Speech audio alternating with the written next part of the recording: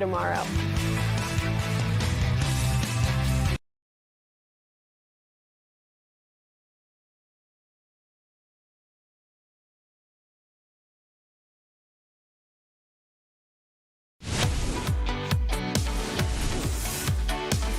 Here we go at 1 o'clock. Thanks so much for joining us for Fox 5 News Live. I'm Tyler Finger, and I'm so glad you're here. Remember, this is an interactive news conversation, so join us in the comments on Facebook, Instagram, YouTube, and TikTok. We'll try to answer your questions. If you have anything you want to talk about, put it in the comments, and we'll try to see if we can get to it during this hour of news, weather, and everything you need to know. I want to get straight to our top story today. A news conference was just held a short time ago regarding those two sisters who were missing earlier this week and were the subject of that Amber Alert. Let me get you caught up to speed. APD held a news conference just a short time ago to answer questions about the abduction and rescue of those two little girls. So questions like, how did the suspect, Lakeisha Brown, who we have video of, or a mugshot of, if we can take that on your screen so we can show you who we're looking at. That's Lakeisha Brown. That's the girl's actually, yeah, that is who the girl's mother said took the children, and so how long did they know each other? We also found out more about the delay between the time the children were last seen by the mother and when she finally reached out to police. I want you to take a listen to what the APD Homicide Unit Commander had to say about this entire situation. You know, from speaking with the mother, they've been in contact with each other for about a year, kind of on Facebook, met about 6 to 7 times in person. So, you know, it really just looks like the suspect preyed on her, gained her confidence, and then, you know, was able to gain her confidence enough to take her children. She met with her on Saturday, and at that point, the mother went out to grab a bite to eat, I believe, and then at that point, she said she was going to take the children to another location, and which had happened in the past. And at that point, the next day, she had reached back out to where, you know, to get her kids back, and that's where the information about, like, oh, we were in a car accident, the kids are at the hospital, where she made those comments, which we were able to verify were untrue, of course. So yeah, just some behavior on that first day, and that's when the mom finally contacted us, you know, later on Sunday evening. So yeah, a little delay in us getting notified, but thankfully it still came to the close that we would like. So another question a lot of us have asked is, how did the suspect, Lakeisha Brown, lock herself in that trailer? We all watched that body camera video that was released yesterday, which showed police having to actually break into that trailer to get that lock off, cut that lock so they could actually get inside. Detective Sherrod Stansel was one of the first on the scene and helped pull those children from the trailer. Here's what he had to say about that, plus the condition he found them in. There was a side door. She locked herself in. We did try to make entry from the side, but we could not get in given the lack of surface area and the size of our tool, so we just transitioned to the back. But I do know that the only source of cool was a box fan. If you also notice that there seemed to be a mini fridge and a television, in my opinion, that's clearly where she was living. I do think that given those conditions, no parent, you know, despite any situation, is going to, you know, give their child to someone who doesn't have a stable place to stay and put them in such a, you know, a bad situation. So like I said, so given that, man, you know, it just kind of made it so we really knew we had to act. Like I said, we don't know how long they were there, but at that point in time, given the conditions and everything, any time they had been there was too long. Yeah, certainly APD officers reacting quickly to be able to find these children, using tips to be able to track them down to that trailer in that apartment complex parking lot. We will obviously be staying on top of this one and bring you any new updates as we get them this afternoon. It's time now to check on some of the other stories that we're working on this afternoon. Let's bring in our managing editor, Cal Calloway. And Cal, we have a lot of reporters scattered throughout the metro Atlanta area today working on a lot of big stories. What's the biggest one we're following right now? Tyler, good afternoon. And we do have a lot of news going on. Let's start in Sonoy, where local and federal authorities have made a major arrest in a case we've covered for the last couple of days. This is a case of a man who allegedly tried to sexually assault a woman in downtown Sonoy on Sunday night. So an operation conducted this morning by Sonoy Police, Fayette County deputies, Coweta County deputies, the U.S. Marshal's Office, and agents from the U.S. Secret Service. They arrested 30-year-old Isaiah Jamal Phillips. He was arrested at his parents' home. He now faces multiple charges in connection with that Sunday night attack. Let's listen to Sonoy Police, who held a news conference this morning shortly after the arrest. We had to scour dozens and dozens of other cameras and go through hundreds of hours of more surveillance. And it wasn't until the late morning of Tuesday of this week that we were actually to locate more video showing him closer to the scene, actually stalking our victim, driving behind her as she's walking with the headlights off, following her down the street, turning onto the road that led to the scene of the attack. Now, police tell us Phillips has a history of sexual battery offenses. They date back to 2023. Our Doug Evans, who does such an outstanding job covering stories in South Metro for us, has been on this story all morning. They'll have more for us this afternoon. Now, let's go to a story impacting women in both Paulding and Douglas counties. Authorities hope more people will come forward in the case of a serial rapist. Police say Bobby Lee Hart Jr. was arrested and charged with 4 rapes in Douglas County. Those cases date back to 2012, 2022, and 2024. So far, investigators say they've identified more than 25 victims. Now, let's hear from Paulding County's district attorney, who held a news conference in Dallas this morning about that arrest. He would target women who were in vulnerable situations, offer them ride and other assistances, and then once he had them in a secluded location, he would engage in sexual assault. Authorities fear there could be more victims out there because Hart's alleged crimes span more than 30 years and because he went by several different aliases. Fox 5's Kevin Stewart was at that news conference this morning. I'll have more for on that this afternoon. And we have a follow-up on a story that we covered heavily starting on Monday morning. You may remember that's the morning when an Atlanta police officer was shot in the arm during a mental health crisis. You're taking a look at the suspect in this case, Michael Gates, who was arrested in that case. At a news conference at Grady Hospital Monday morning, shortly after the shooting, we heard from both Atlanta's police chief and Atlanta's mayor about the challenges that officers are facing when responding to a mental health call. This afternoon, we're talking to Gates's mother about the mental health challenges that she says her son has dealt with over the years.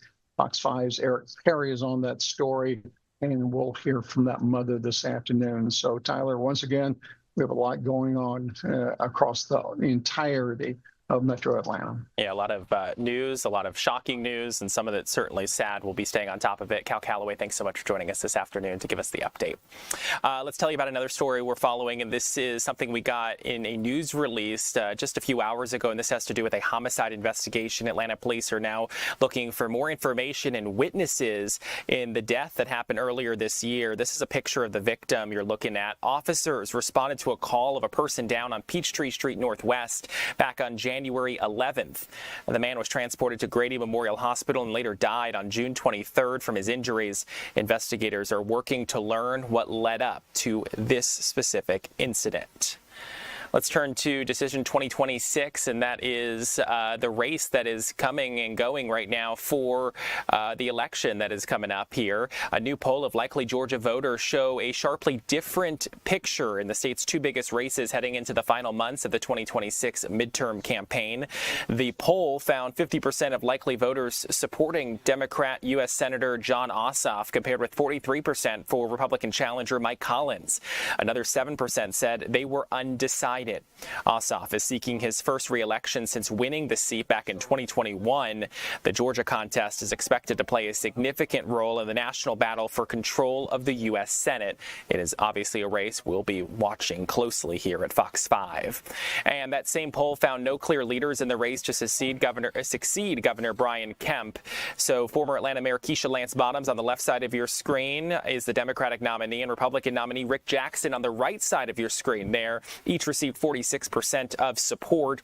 8% of likely voters were still undecided as of this polling. The results provide a snapshot of the Democratic electorate, with several months of campaigning still ahead when it comes to just a few months out from the November midterm election.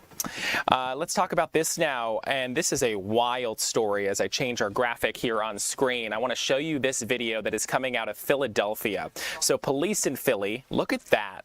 Oh my gosh, that person is someone that they are looking for right now. Let me tell you about this story. This suspect is accused of harassing and terrorizing people while wearing a distinctive Chucky doll Halloween-style face mask. You're looking at the chilling surveillance video right now from Philadelphia police, and they are urgently searching for the suspect who was caught on camera chasing a woman in the early morning hours while wearing a creepy baby doll mask. Police say he even asked the woman, "Are you ready to die?" causing her to fall and injure herself. Police are asking anyone who might know who this person is to give them a call. Absolutely incredibly scary to see something like that, being chased by it and then being asked, "Are you ready to die?" No wonder that woman reacted the way she did. Let's talk about this story, and this is tense moments caught on camera, involving several U.S. Marshals as well as deputies plunging to the ground. You're about to watch it happen after a porch deck they were on collapses in Missouri. There it is. Look at that. Oh my gosh, you can see obviously the body camera was rolling. Officials say law enforcement officers were at the property last month, reportedly serving a warrant for failure to register as a sex offender when the wooden porch deck gave way and collapsed. Several marshals and law enforcement officers were hurt and taken to area hospitals for treatment. There are reports of injuries ranging from broken bones, torn muscles, and concussions. The subject of the warrant was taken into custody later that day. The time now is 1:12 on this Wednesday afternoon. We still have a lot more ahead here on Fox 5 News Live at 1. We're going to take a quick 2-minute break. We'll be right back.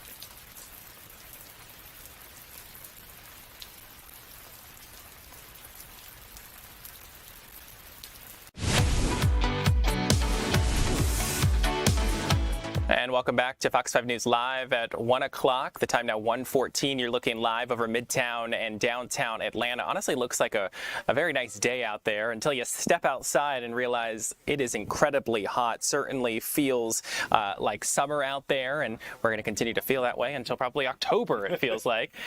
Fox 5 Storm Team meteorologist Marquise Mita joins me now. Marquise, please tell us there's some relief in sight.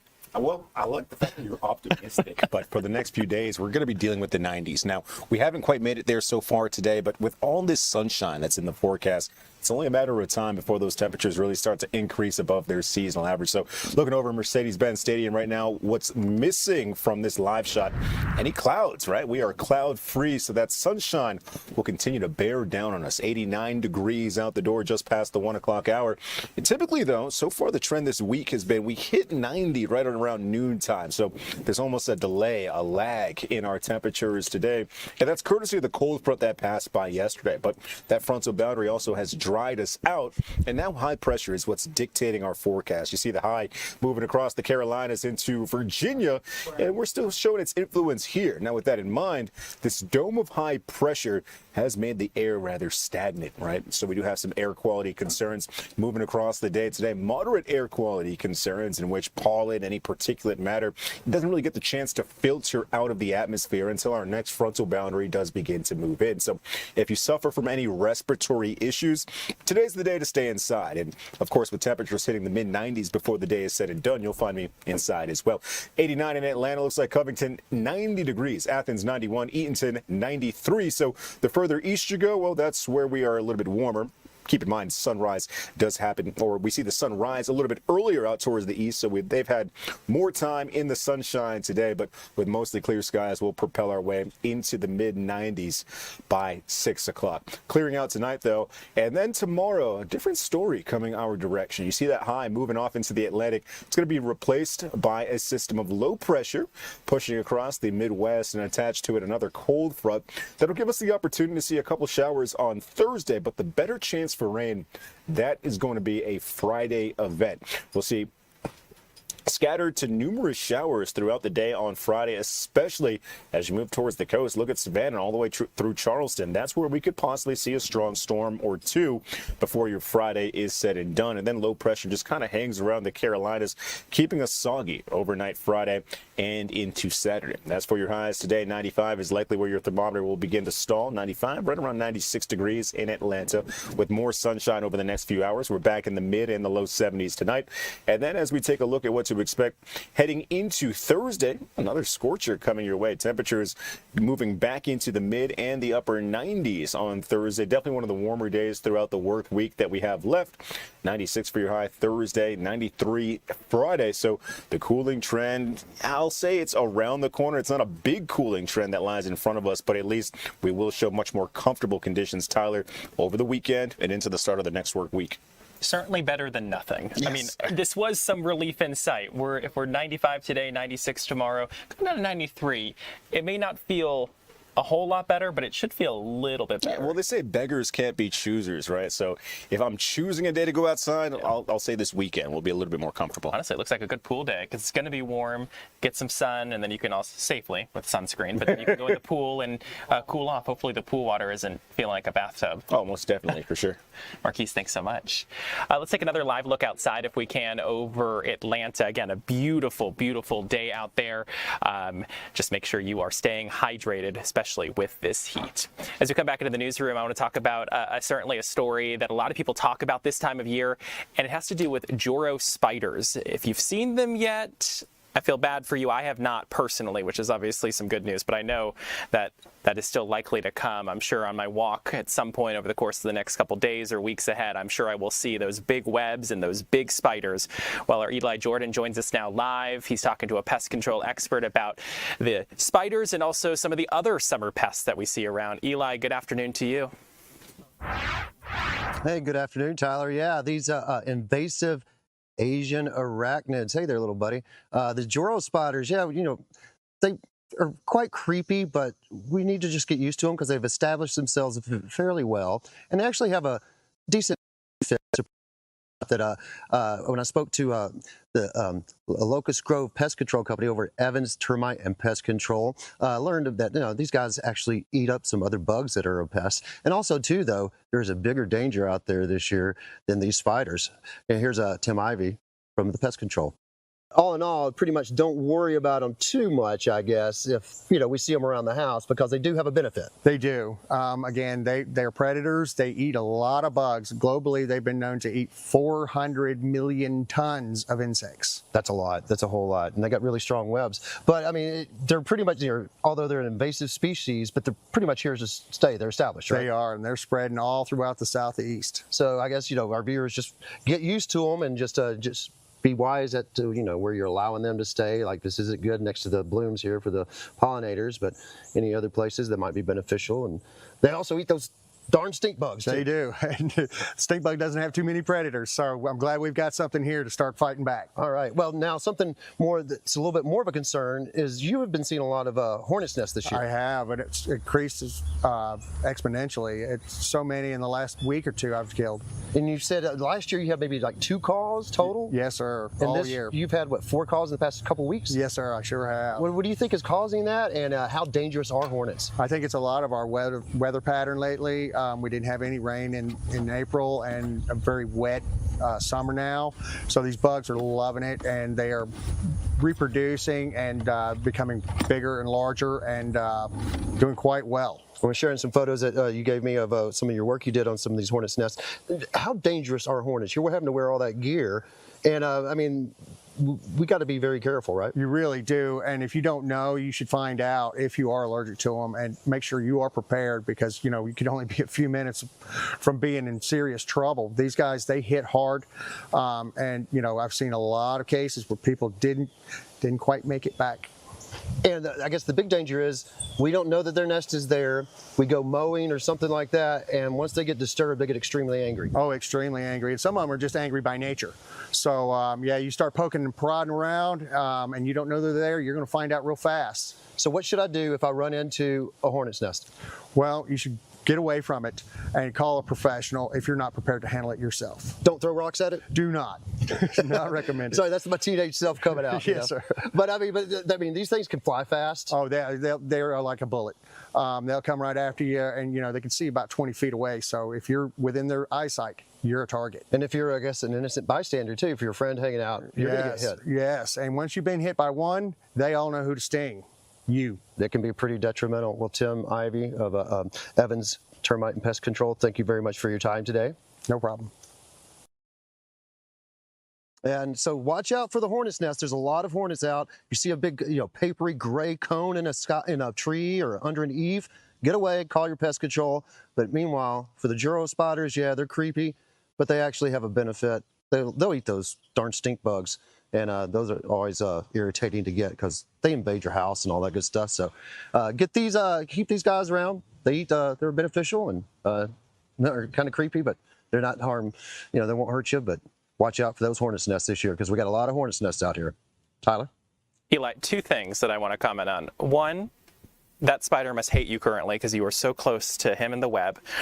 And 2, I can't even look at the shot here. The spiders, that's one thing. You'll see me. I will go the other direction if I see a spider. But I have to give you props. Definitely the most creative shot we're going to have today, probably, showing us a spider like this and you right behind the web. Eli, Jordan, always appreciate it. Thanks for the update. Thanks for telling us about this. Obviously, we're going to be paying attention to this as we know that the season is just getting underway. When I looked it up, August to October. So we're going to start seeing these Juro spiders everywhere right about now. As we come back into their newsroom, I want to talk about another story that is trending right now, and it's certainly one that a lot of people are talking about, and that's because we just got some new information just within the last few hours.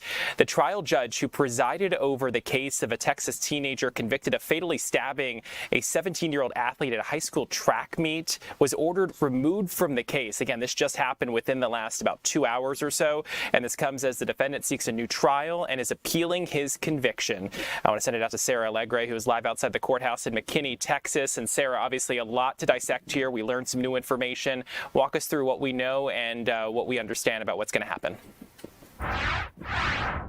Well, Tyler, it was the first major win for Carmelo Anthony's legal team. Now they're going to move forward fighting for that new trial. That's what's up next. But we know Judge Roche was recused from this. This is a big win for them as they try and move forward. That was the one that presided over this case earlier in June when Carmelo Anthony was found guilty of stabbing 17-year-old Austin Metcalf, then sentenced to 35 years behind bars. Now, since then, after that sentencing, Judge Roche released new video and evidence from that trial. Now, witnesses say it started with an argument and confrontation over seating at that track meet in April of last year, ending with Anthony stabbing Metcalf in the chest. And Anthony said he acted in self-defense, telling officers, quote, in this video, "I did it." Put his hands on me. I told him not to. He put his hands on me. But this week, Anthony's new legal team is trying to undo that conviction. They first argued Judge Roche shouldn't remain on the case. They were successful with that. They challenged the judge's restrictions on public access to the trial back in June, saying it violated Anthony's civil rights. There were also tons of protests outside the courthouse throughout that trial and questions about race, given there were no black jurors on the panel. Now experts say the defense has a very small window to ask the court to reconsider here. Court can still act within 75 days of the sentence. The carriage turns back into a pumpkin really on Monday. Now, moving forward, a new judge is going to take over, ultimately answering this question of whether or not Carmelo Anthony deserves a new trial. Tyler? So do we know when that might happen? Is this going to be a lengthy process to be able to find all this out, Sarah? We're moving forward as soon as tomorrow. That's when that second hearing will begin, as Carmelo Anthony's legal team fights for this, trying to overturn that conviction, essentially. So that begins tomorrow, and after the news of today with that recusal, we're going to have a new judge on this. Yeah, we're going to have to wait and see how all of this plays out. Sarah Allegre in Texas, thanks so much for joining us and giving us the updated information that is certainly developing at this hour. Sarah Allegre in Texas, thanks again. And as we come back into the newsroom, I want to tell you about a story and get you caught up on the Nolan Wells case. Well, today would have been his 19th birthday. Instead, though, his family and their supporters are going to be gathering for what they say will be a nationwide call for action to get to the bottom of how he died. Nolan's body was found face down in the water on July 6th off the coast of Horn Island in Mississippi. That is near the Biloxi area. But the circumstances behind his death have raised lots of questions. His family and their attorney want a federal investigation. Today, New Birth Missionary Baptist Church senior pastor Jamal Bryant will lead a prayer rally in Biloxi, Mississippi in Nolan's honor, and we were able to talk with him. Take a listen to what he told us. It's a heart-wrenching moment for his parents, for the family, for the community, that this young man who was right on the beginning of a bright future had it snatched, and we still don't have any answers.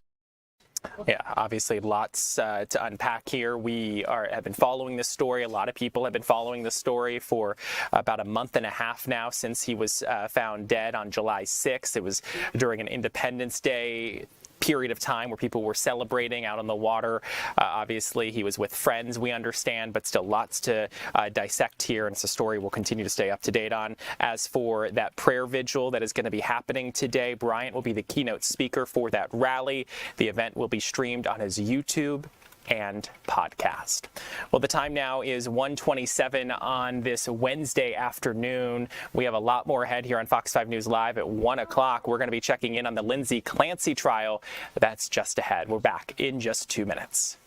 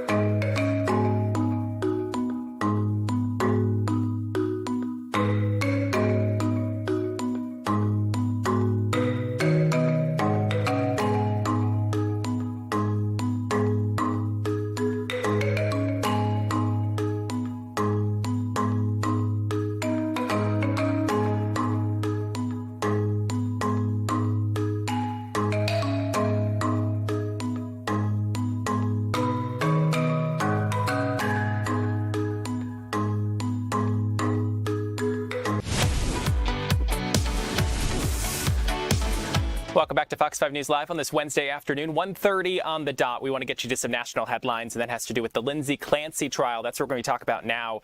Jurors are set to hear another full day of testimony in the triple murder trial out of Massachusetts. The mother is accused of strangling her 3 children to death back in January of 2023. And our Kaylee Schuyler joins us live from Plymouth, Massachusetts with the latest from court. Kaylee, get us up to speed.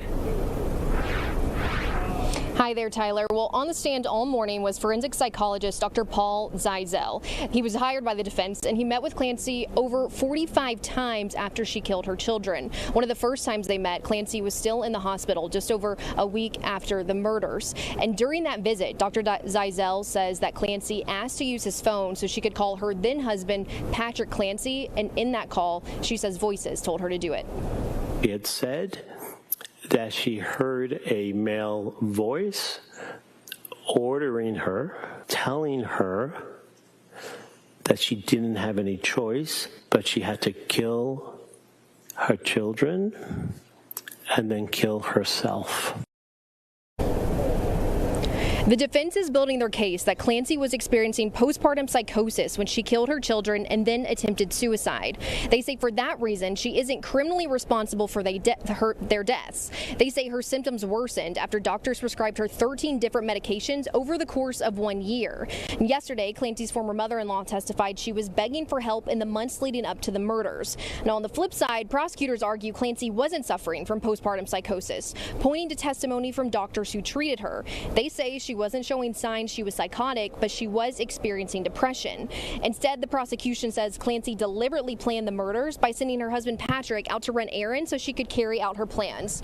Now, on the way into the courthouse today, Clancy's defense attorney, Kevin Reddington, says that he may rest his case tomorrow, and then once that wraps, the prosecution will be able to rebut. Tyler? I mean, do we expect the jury to have this case by week's end, or is it too early to tell?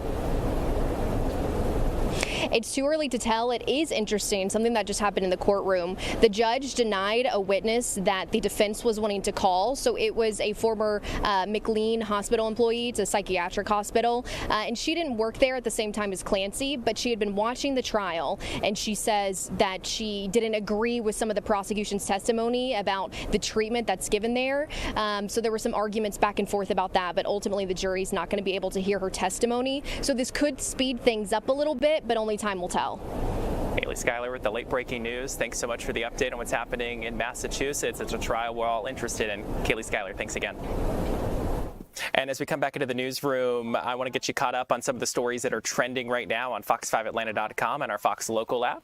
My good friend Jamison Moyer, one of our digital content creators, joins me now live. Jamison, good afternoon to you. What's the #1 trending story right now that you're going to be talking about? Hey, Tyler. So the #1 trending story is a separate development in the case of a babysitter accused of kidnapping 2 Atlanta girls. Lakeisha Brown is currently behind bars after police found 4-year-old Zola Cooper and her 11-month-old sister Nora locked inside a tow trailer in southwest Atlanta. Both girls are reportedly safe, but records show that this wasn't an isolated incident, and Brown was already facing warrants out of Alabama for allegedly kidnapping a 4-day-old newborn back in 2021. Now, Fox 5 has received a separate incident report that revealed a bizarre welfare check involving Brown in Paulding County last August. During this welfare check in 2025, deputies investigated claims that Brown gave birth to a baby girl who had vanished. A woman told authorities that her brother had received a photograph from Brown of what he believed was their baby. The woman told deputies that her brother believed the infant in the photograph, quote, did not look alive, according to the report. Deputies went to investigate at Brown's home and found no newborn baby. They also spoke with her children, who said their mother did not have a baby. In addition to the Fulton County kidnapping charges, Brown faces a charge in Paulding County for obstruction of law enforcement officers. The warrant alleges that Brown lied during multiple interviews regarding the investigation of a possible hurt or missing child.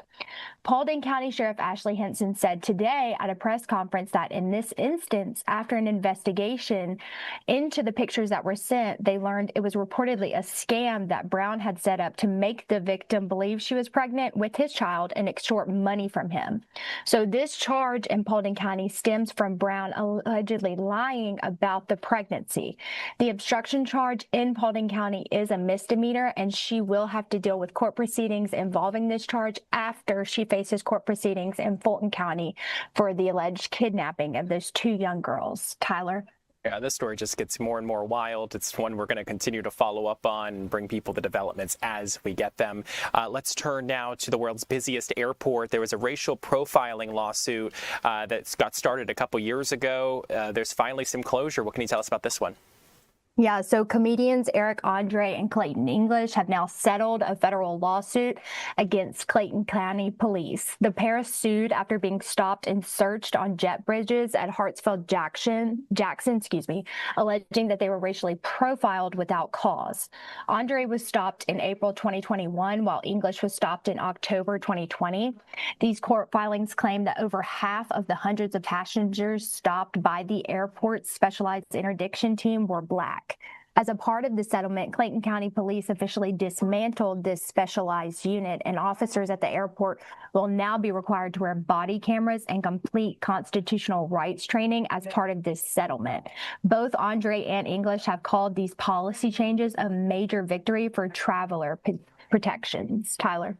Yeah, and I understand that the commission has not responded to us when we reached out to them. Hopefully they do let us know maybe provide a statement or give us their thoughts on how all of this unfolded. But since it was a lawsuit, they may not want to comment. Let's turn now to the story you guys talked about yesterday over on the digital desk, and that has to do with Waffle House. Right after we got off the air, just minutes after we got off the air here at 1 o'clock, we ended up getting a statement from Waffle House.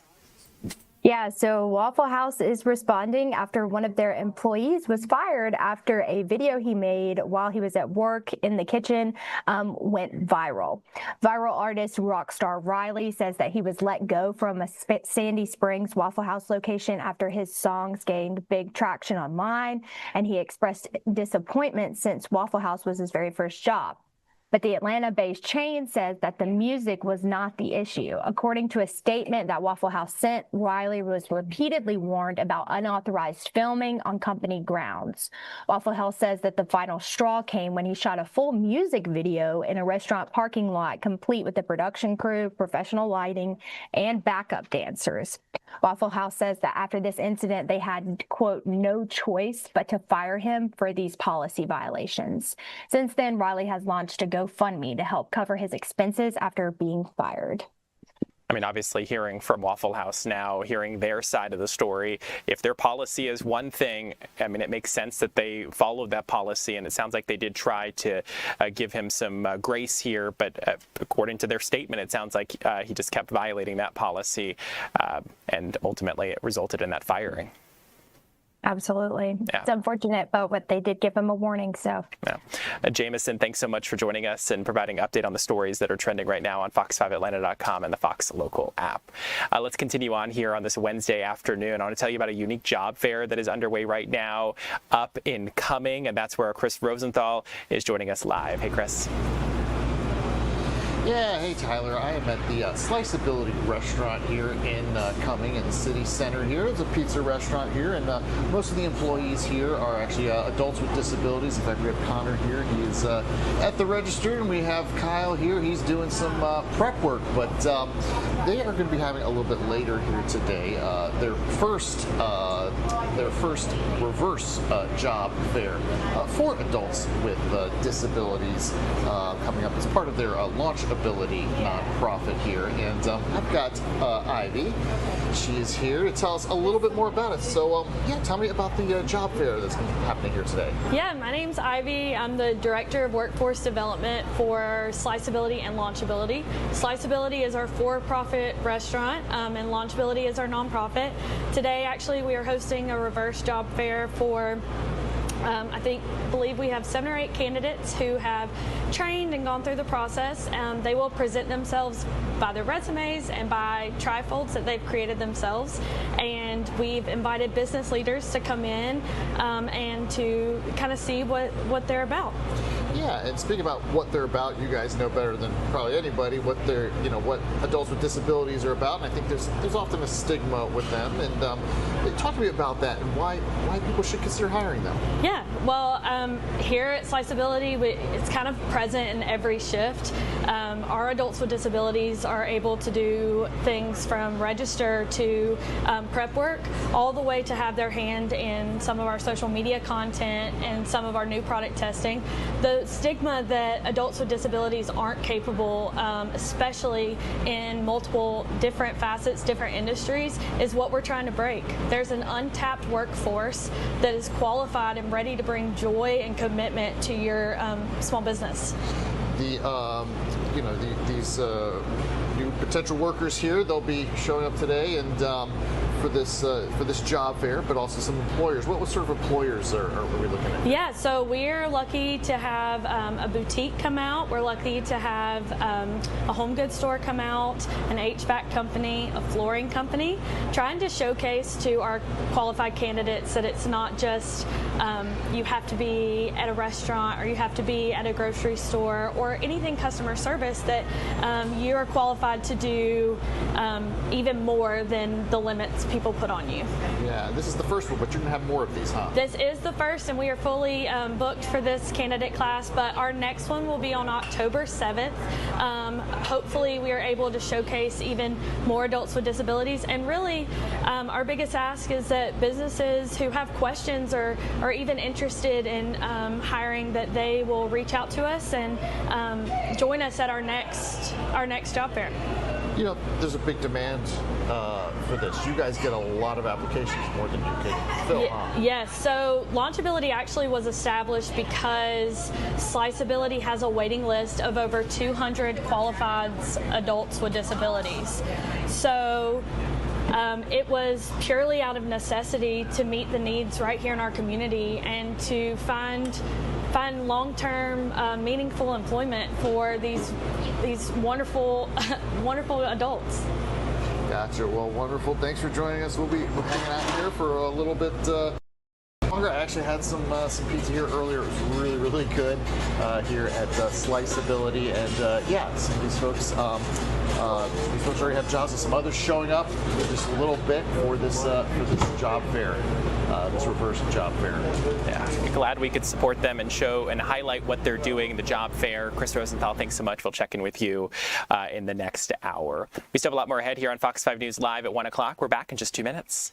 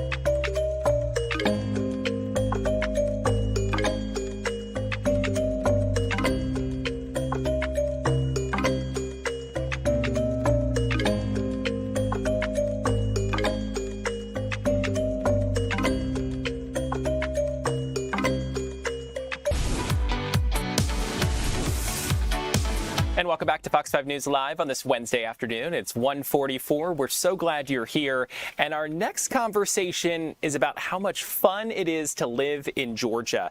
A new Wallet Hub study ranks the Peach State 20th in the country when it comes to entertainment and recreation.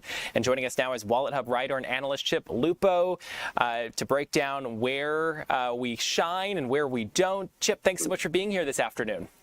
That's my pleasure. Thank you for having me on. So obviously we're talking about fun. How did Georgia end up at the 20th rank? I mean, I think it's pretty good to live here. I think I would rank us a little higher, I think.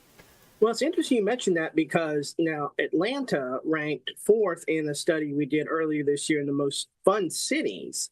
So it's based on that. It looks like Georgia probably has a little bit of work to do to catch up to get the state up to the same level as Atlanta per se. But what we did is that we compared all 50 states across 2 key categories: entertainment and recreation and nightlife.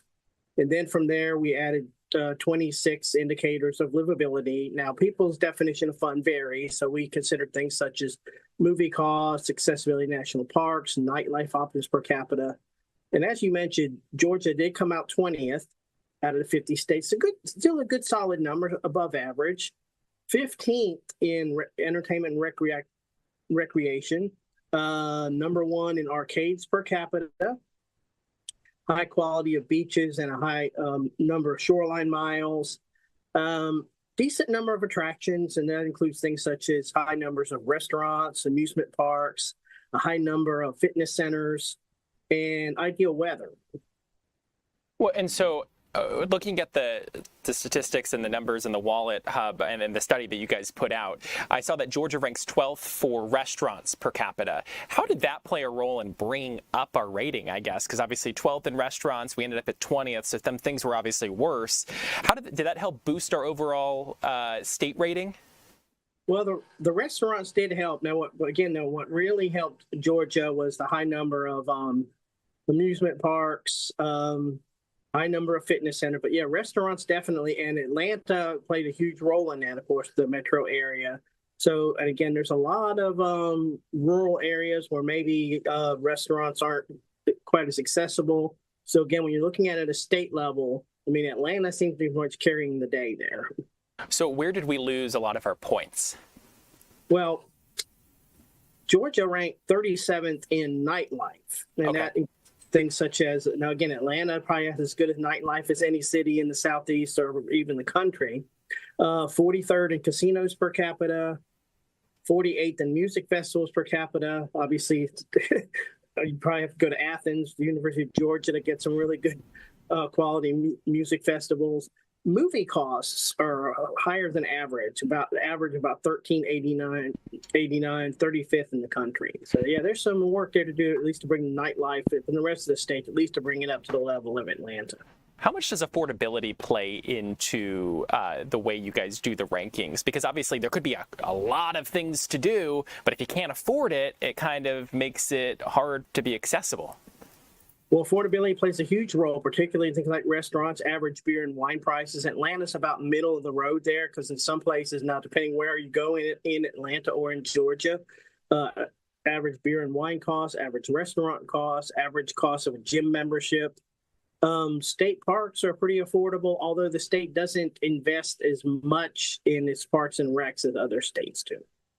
So before we let you go, I have to ask, who was number 1? And if I'm looking to plan a vacation to go visit somewhere new, a new state, what does one of those states have that we don't have? And yeah. Well, the number 1 state is California, and California has miles and miles, endless miles of quality shoreline, beautiful beaches, ideal weather, plenty of nightlife from one end of the state to the other, because you've got Southern California, you've got Northern California, you have everywhere in between. Florida at number 2, same thing, beach, lots of beaches. Illinois at number 3, Nevada at number 4 if you're into casinos, and New York for pretty much everything else, whether it's Broadway shows, sporting events. But expect to pay a pretty good penny, though, if you're going to visit any of those states for their top attractions. Any surprises for you? I was surprised that Georgia was 20th. I would have thought with everything you do in Atlanta, I thought it would have cracked the top 15. But again, if some of these areas the more Atlanta grows, some of these other areas around there are probably going to grow and create a demand for quality entertainment and things to do. So hopefully in the coming years, those areas will shore up and help Atlanta move up to at least the top 15. You bring up a good point. You just mentioned that you were surprised that we were 20th and you thought we would have been a little bit better. I mean, this goes to show that these are actual numbers you guys are crunching. It's not just, oh, I feel Georgia should be higher. Yeah, it's not anecdotal. There's no surveys or anything. It's a strict government data, tourism-related data, all from reputable sources. So yeah, but it tells you how much weight Atlanta carries compared to the rest of the state. Because Atlanta is probably a high quality major metro areas you find in the country. So it did surprise me for Atlanta to do so well, but the state of Georgia, not as well. Well, good to know. Chip Lupo from Wallet Hub, I appreciate your time and joining us this afternoon to talk about this survey that you guys did. Glad to know that we at least are a little bit fun, according to the survey, 20th here in the state of Georgia. Chip, I really appreciate your time this afternoon. Oh, my pleasure. Again, appreciate having me on. Have a good day. And as we come back into the newsroom, before we go, I want to tell you about one more story we're following, and it has to do with how our state is helping out people around the world. So did you know it's World Humanitarian Day? Well, an Atlanta-based organization is helping families in need both here at home and around the world. So we sent our Maria Guzman to meet up with them to kind of learn what they're doing and how they're helping other people and the people in need. She joins us now live. Maria, good to see you again. Hey Tyler, yes, I'm here at the headquarters of CARE. This is truly kind of like the heartbeat, right, of the organization. And one of the ways that they help abroad, just many countries that are experiencing crises, are through these CARE packages. They're basically relief packages. And they've been doing this for decades. I'm going to go ahead and flip my camera to introduce you guys to Will. He's going to walk us through the but Will, first I want to go ahead and start with this one.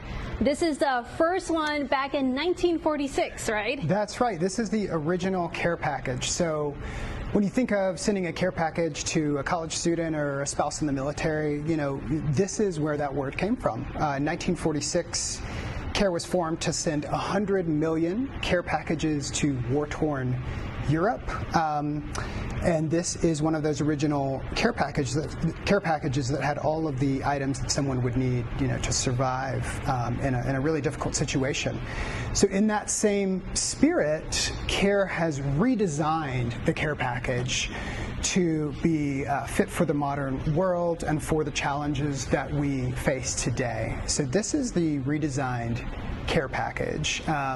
It contains over 40 items, including water, sanitation, and purification tablets and storage, a stove that's wood burning, pots and pans, etc., a hygiene kit with hygiene items, feminine hygiene items as well, and then a solar panel and a charger, as that's become more and more important in disaster situations. So awesome. Yeah. I know we talked about the countries. Where have these care packages been super helpful at lately? And as we do that, we'll love to go ahead and see the items inside. Great. So yeah, as earthquakes have been in the news, there have been thousands of these that are being deployed in Colombia with the earthquake there. Also in Indonesia, we have care packages being delivered at the moment too. And as well, 9 or 10 countries around the world where these have been deployed. We're working to scale those up to reach 1 million people by 2030 with these care packages. So you can see they contain a variety of items, including collapsible buckets, which are helpful in gathering water after disaster. A lot of disaster, if you can think of a flood, a hurricane, a fire, that kind of thing, these are where these care packages are the most useful, helping a family survive for a month after a disaster. They contain 2 tarps. So these are very large tarps. They can help to, cover a roof that's been blown off or help with temporary shelter for a family. They're designed with women and girls in mind, so with feminine hygiene items included, as well as tech needs. So there is a solar panel and chargers included as well. and a solar lamp too. So, you know, if you imagine a woman or girl walking around at night in the dark, this helps to keep them protected. Perfect. So you guys have a little bit of air. We're going to talk to you again in about an hour and so we'll go through this bag much more because it's really impressive on all the items that you guys have. So I'll send things back to you, and here is just a quick little recap of all those items that are included in those bags, just some of them. So we'll talk more about that very soon. Maria, just really quickly, anything surprise you about what they put in? Yes, one thing that really surprised me is I want to show the bag that has like the water right here. Just look at that.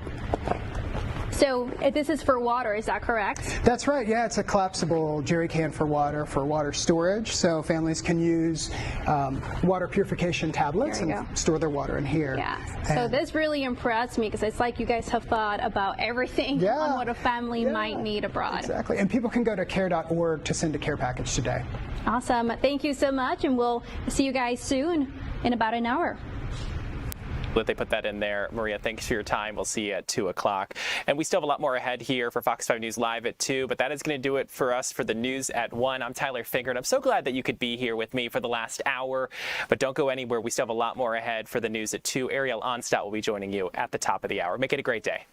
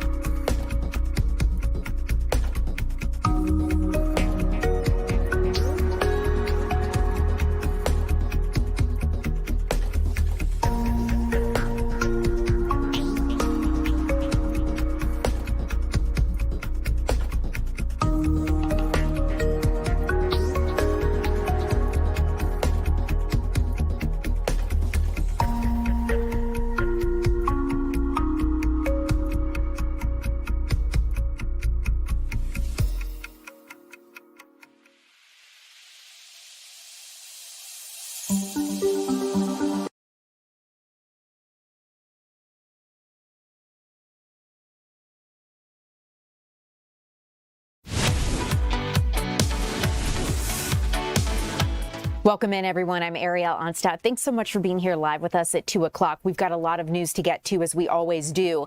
And I want to start off here in Atlanta, where Atlanta police investigators just wrapped up a news conference where they spoke about how they rescued 2 young girls who were missing.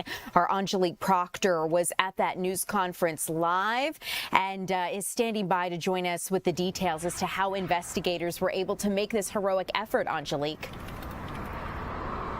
Good afternoon to you, Ariel. It was really a very emotional news conference, hearing from all of those members of the fugitive squad and what they went through to get these little girls home safely. And, you know, earlier today we talked with a 26-year-old mother. She said she was just so delighted to have her children back in her arms, but she also cried a lot during our interview because she said she just kept thinking about what could have happened. She was really very touched. Alicia Redding held her 2 daughters close as she talked to me this morning. She tells me that she wants the kidnapping suspect, Lakeisha Brown, to be held accountable for the emotional turmoil that she's put her family through. She says she met the suspect in an online Facebook group, and she knew the suspect as Rose. She even says her children called Brown auntie, if you can believe that. Ms. Redding says it has been very difficult to look at the police body cam footage of officers finding her daughters, Nora and Zola Cooper, Monday in that unair-conditioned trailer. Now, officers say residents in that Southwest Atlanta apartment complex on Sylvan Road reported hearing baby cries from that locked unit. Now, APD held this news conference just moments ago and said many of them are parents themselves, and they were very touched by this entire case. Seeing that body cam footage yesterday, everything just reoccurred, and it getting to me in my head. But I gotta be strong for my kids. Honestly, I don't know what she was trying to do. I don't know if she was trying to take them away somewhere, or she was hiding, just trying to hide with them. I don't know. But it brought tears to your eyes. I couldn't look at the whole thing when I heard my baby's crying, and when the police said put your hands up, and my baby put her hands up. It's so sad. Everything was a lie. She was trying to steer me from what she was really doing. That's why, when I think about it, she lied the whole time. She manipulated me. Were there red flags now that you're looking back? Yes. When I sit down, when I had the time to myself to sit down and think, everything was a red flag, and I wasn't paying attention to it. So we found that she had locked herself from the inside out, because we had originally tried to make entry on the side, but there was not enough surface area to plant the tool in which we used to breach. Once we realized we couldn't do that, we then transitioned to the back. Our federal partner, you can see, attempting to break that lock. Once again, it's not the ideal situation, but we knew we needed to get in there. The center block didn't work.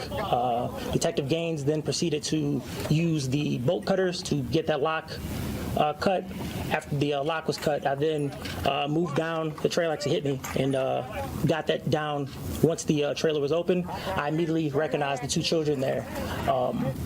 Once I'd recognized the 2 children, I then saw a set of legs, a tattoo, and a legging, and that's when I realized, oh, there was a 3rd person here.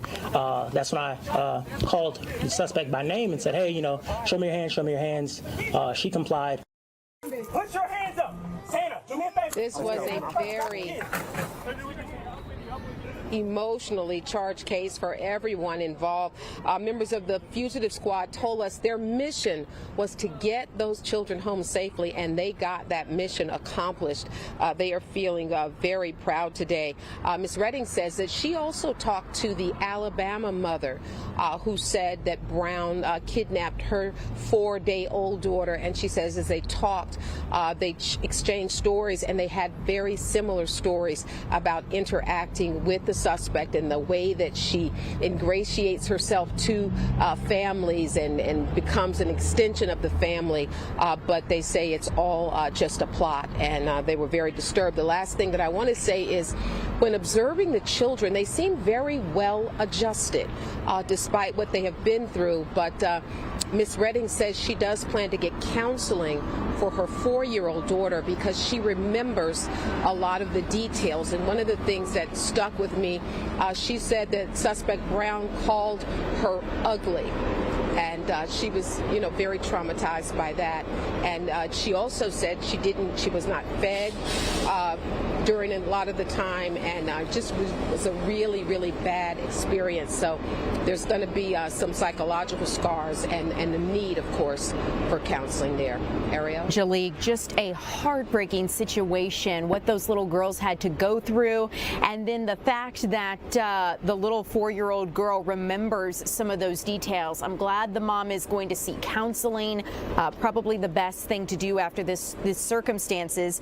We have people here in TikTok and in our social media chats who are watching along with us, just talking about how she's probably never going to let those babies out of her sight after an incident like this. And it's so hard because I could hear from the interview that you did with her just how much she blames herself and just that guilt that she is feeling. Absolutely. She said that, Ariel, that no one else will babysit her kids except her mother. She said this was the first time that she had allowed someone to do that, primarily because suspect Brown had asked, and she felt like she had been trying to, become very close to the children, and she was trying to get her to trust her, and she was really the initiator of this babysitting, really more than the mom herself. She said really all she did was sort of walked down the street and had very little to do, came back in a couple of hours, but the suspect and her girls were gone. And then she says it was just one lie after another about a car accident and on, and then she stopped accepting her calls, and she then decided to call police. Right thing to do, Angelique. You never know who you can trust. I know this poor mom felt that this person was a friend, that she could trust her, and it turned out to not be the case. Thankfully, APD officers were able to get those babies back. You could see they took it personally based on the body camera footage. So thank you for sharing their testimony here with us this afternoon, Angelique. I'm going to let you get back to gathering information. We'll see you again later this evening. As we continue here at 2 o'clock, you heard Angelique talk a little bit about how the mom of those 2 girls was able to speak with a family in Alabama about how they went through a similar situation with this suspect, Lakeisha Brown. And I want to let you know that we're getting new details about her from a case in Paulding County. So this really is a rabbit hole that continues to present new details about this woman. We understand that nearly a year before Lakeisha Brown was accused of kidnapping these 2 young sisters here in Atlanta, Paulding County deputies investigated a welfare call involving questions about whether Brown had recently given birth and where that newborn baby was. This happened back in August of 2025, and deputies were called to a home in Powder Springs. According to a Paulding County Sheriff's Office report obtained by Fox 5 Atlanta, a woman told authorities that her brother had received a photograph from Brown of what he believed was their baby. The woman told deputies that her brother believed the infant in the photograph did not look alive, according to the report. Now, the report does not establish that a baby died, nor does it explain whether investigators ultimately confirmed that Brown had recently given birth or determined what happened to that alleged newborn. But ultimately, when deputies got to that home, Brown told them there was no baby inside the house and said the only baby inside was a 6-month-old. 2 of Brown's adult children also told deputies their mother did not have a baby, but deputies received information that appeared to conflict with those statements. According to the report, the person who made the call provided photographs appearing to show a newborn along with the baby's weight, name, and time of birth. Deputies also received screenshots of messages in which Brown's daughter allegedly told the man involved that her mother had a baby. So this is a bit of a back and forth, and as deputies continued to see how to proceed, they learned Brown might have an outstanding failure to appear warrant in Alabama for that case that we recently discussed. Now, as we continue to investigate this situation. One thing that we learned from this report, deputies say that they looked throughout the house. They ultimately found no newborn, but they went outside, and while outside, a deputy noticed 2 burn barrels in the backyard and wrote in the report that one barrel had, quote, a lot of maggots around the top of burned material. The report does not identify what had been burned, nor did it establish any connection between the barrel and the alleged newborn, and the possible Alabama warrant had not been confirmed at that point, so deputies left the property. You can read more about this story on fox5atlanta.com. Our digital team has been hard at work digging into aspects of Lakeisha Brown's past and what new details we're able to figure out. Keep in mind, we don't know whether investigators were able to confirm the existence or whereabouts of that alleged newborn, nor were the contents of that burn barrel ever tested or examined, and that's according to the details within that report. We'll continue to keep you updated as we get any new information. But in the meantime, speaking of Paulding County, let's talk about a news conference that unfolded earlier today, because police believe that more than 25 victims are tied to this alleged serial rapist. Ultimately, authorities across Paulding, Cobb, and Douglas counties are seeking public assistance to identify additional victims of this suspected serial rapist named Bobby Lee Hart Jr. They're asking any women who may have encountered him to come forward. Take a listen to what investigators had to say during this news conference this afternoon. Want to see if we can play that for you guys. I'm looking off to my left here, and I'm looking like we may have to bring that video back in. Are we ready? Are we able to play that? Okay, so that looks like it's having some issues playing. So I'm going to talk to you about what we're learning here while we work to bring that back in.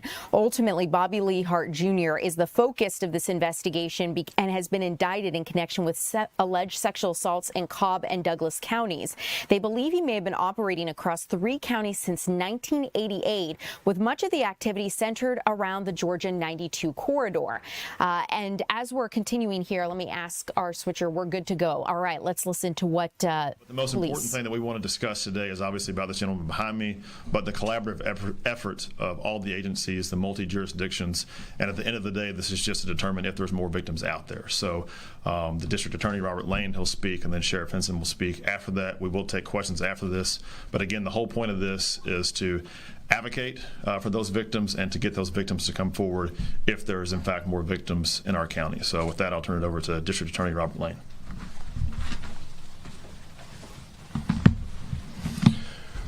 Good morning. My name is Robert Lane, and I'm the District Attorney for the Paulding Judicial Circuit, which encompasses Paulding County. I'm here today to provide important information regarding a multi-county investigation involving allegations of sexual violence dating back several decades.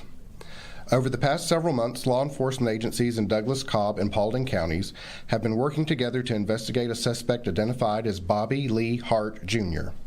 Mr. Hart was recently arrested in Douglas County and is presently under indictment for sexual assaults alleged to have occurred in both Douglas County and Cobb County.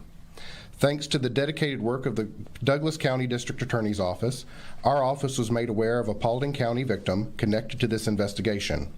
We immediately opened a case and began a full review of all available evidence. Our investigation in Paulding County is active and ongoing. With the assistance of the Paulding County Sheriff's Office and the Hiram Police Department, I want to extend a special thanks to Sheriff Ashley Henson and Chief Josh Longren for their partnership, professionalism, and commitment to public safety. I would also like to thank Assistant District Attorney Christina Morgan Young, who has dedicated the majority of her career in finding justice for victims of sexual assault, and she is presently coordinating the investigation here in Paulding County. Based on the information developed so far, we believe Mr. Hart may have been operating in Douglas, Cobb, and Paulding counties since 1988. His general area of operations was Highway 92. Because of the long time span and the nature of these allegations, we are asking for the public's help. If you have any information about Bobby Lee Hart, or if you believe you have been a victim, we urge you to contact our Victim Service Unit, and you can do so at 770-443-7561. Your information may be critical to this investigation, and our team is trained to support survivors with compassion, confidentiality, and care. We know that coming forward can... So you're listening in as District Attorney Robert Lane talks about this case in Paulding County. Keep in mind, the suspect, Hart, was taken into custody by Douglas County authorities last year and was later transferred to Cobb County, where officials say prosecution is moving forward first. Douglas County's case is expected to follow, with a potential Paulding County prosecution depending on the outcome of this ongoing investigation. Authorities say identifying a suspect was difficult in some of the older cases because women allegedly encountered the attacker at random and did not know his legal name. Officials say Hart has also been known as aliases, quote, Meat King and, quote, Champ. So if you recognize him, you have had any encounters with him, give investigators in Douglas, Paulding, or Cobb counties a call immediately based on the area in which you encountered this person. As we continue here at 2 o'clock, let's talk about the latest regarding that situation in Sonoy. We talked to you yesterday about how a woman had been attacked and police were looking for this alleged attacker. Well, our Doug Evans is joining us live with news of a big arrest. Doug, we understand that police were able to nab this guy. They did, and with the help of the surveillance video cameras that we talked about yesterday on Fox Local. These surveillance cameras are all throughout the city of Sonoy. They say they poured over hundreds of hours of footage and found their suspect and were able to identify him. They said it's very scary what they saw on this camera, that at times he was stalking her for up to 15 minutes, even driving a distance from her with his lights out, and then he parked his car and then hid in the shadows and then attacked her as she was walking down Travis Street in Sonoy.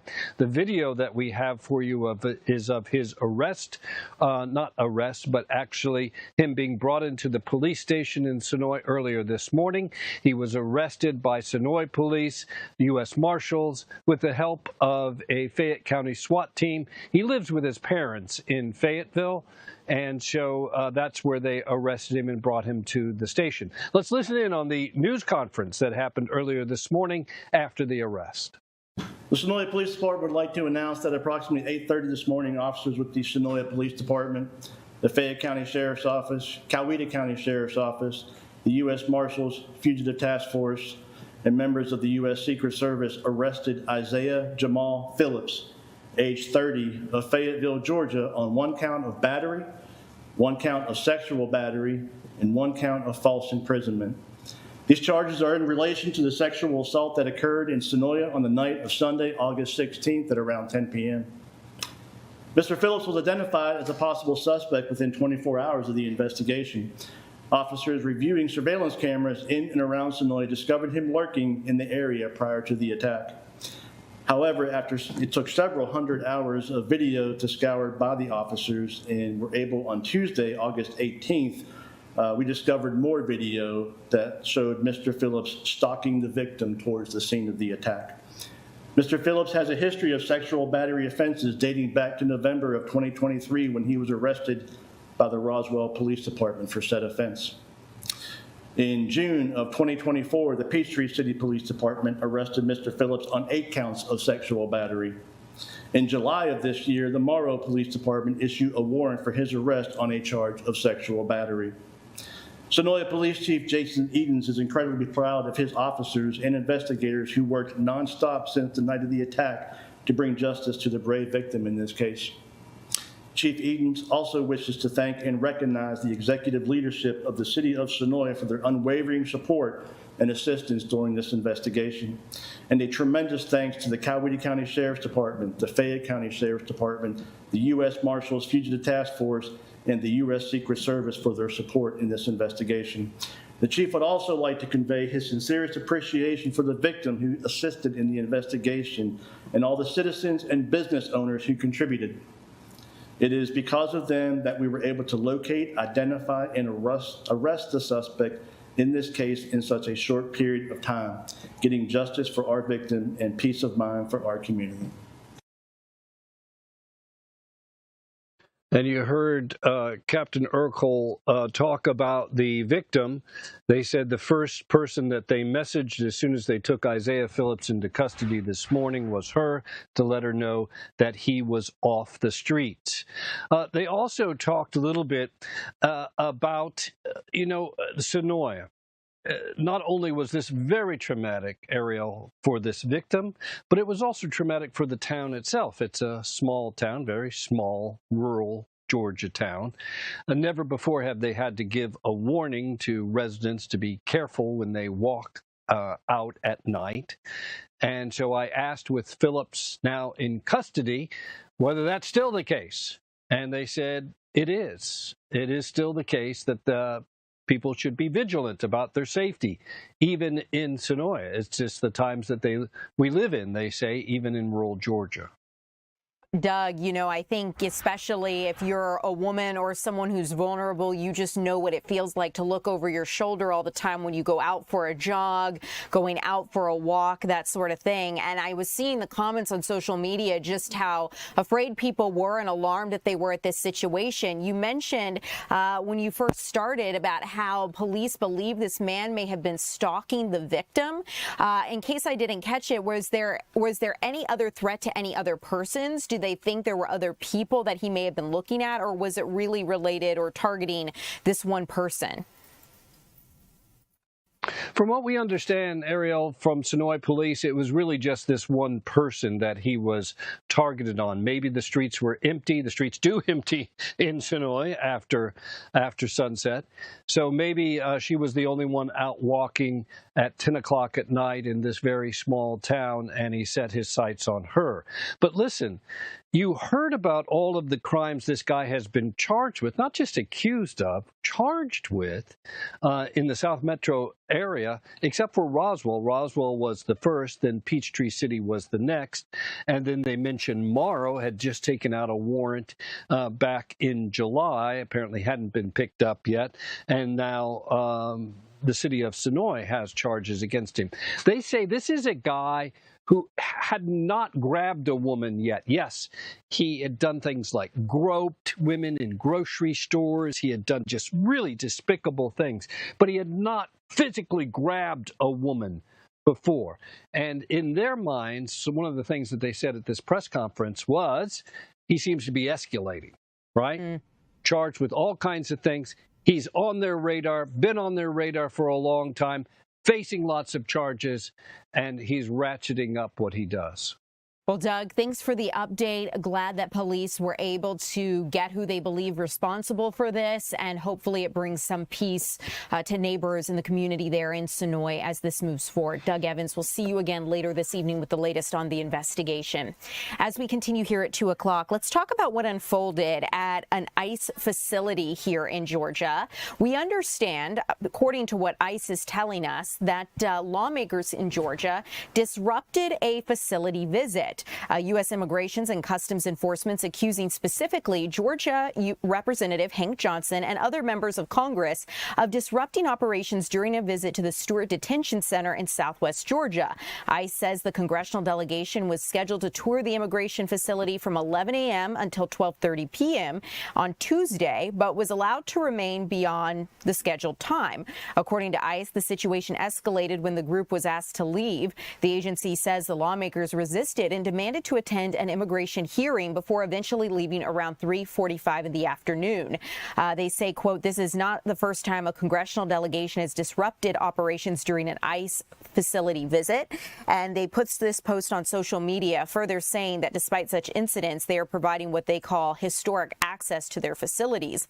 On the other side, Democratic Representative Pramila J. Paul of Washington says the delegation calls for the Stewart Detention Center to be closed. She says it's one of the worst in the country and is citing reports of medical malpractice and abuse, along with concerns about access to clean water and appropriate food. While in Georgia, she says she met with the wife of Rodney Taylor, a former detainee, and she says that his mother brought him from Liberia when he was 2 years old, and ICE arrested him in 2025, citing a burglary arrest. We'll continue to keep you updated on the aftermath of that visit. But in the meantime, as we approach the midterm elections, Senator Ossoff and President Trump have been attacking one another. It's becoming an increasingly personal war of words between the president and U.S. Senator John Ossoff, and it's drawing national attention. We're seeing this as Georgia's closely watched Senate campaign is moving towards the November election. The latest exchange began after Ossoff, the Democrat who is seeking re-election, in case you're unfamiliar, criticized President Trump during a campaign rally here in Atlanta on Sunday. It was attended by some 1,000 supporters, and Ossoff criticized several of Trump's priorities, including the president's White House ballroom project, and he accused the president of being more interested in personal pursuits than in his presidential duties.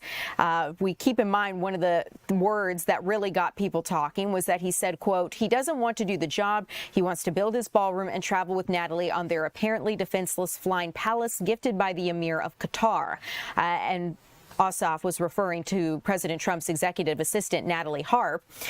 The president was then asked about Ossoff's comments Monday while taking questions in the Oval Office. Rather than directly responding to Ossoff's criticism involving Harp, Trump mocked the Georgia senator's appearance, saying, quote, you mean Pee Wee Herman?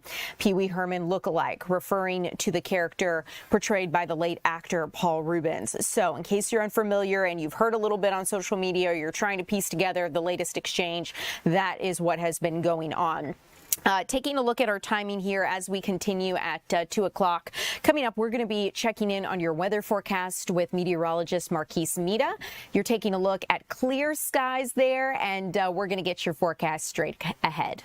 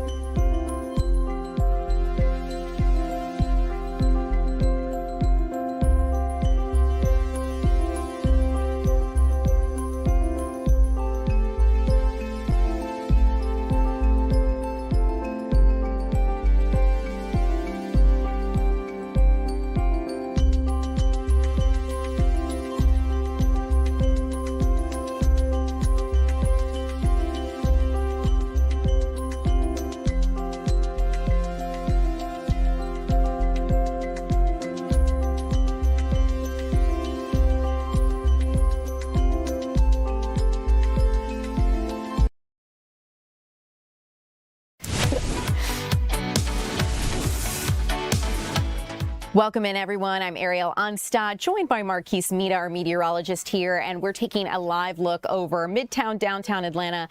Marquise, I have to say, when I stepped outside this morning, it kind of felt like a relief from the heat, just because the humidity was so much lower.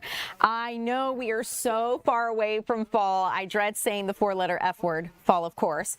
And, you know, I just have to say, I think that when I'm looking at the temperatures this morning and the dew point, I was like, listen, I'm ready for fall now because it's a teaser. Understand, yeah. Fall, definitely one of those 4-letter F words you could say on air and still keep your job for sure. And I'm ready for the fall temperatures. I know over the last 2 days we've had some cooler mornings dropping down to the low and the mid 70s. I wish those temperatures would stay around, but definitely not the case. So let's get you guys outside right now. Here we have temperatures now finally returning to the 90s as of the 2 o'clock hour, but so it's been a slow and steady climb. And with these perfectly clear skies, those temperatures will continue to climb over the next couple of hours before sunset. Here's a look at the big picture. High pressure still dominating our forecast. You see it sliding across North Carolina and that Virginia border right over Richmond as we speak. But what actually influenced our forecast yesterday was the cold front still descending across central Georgia.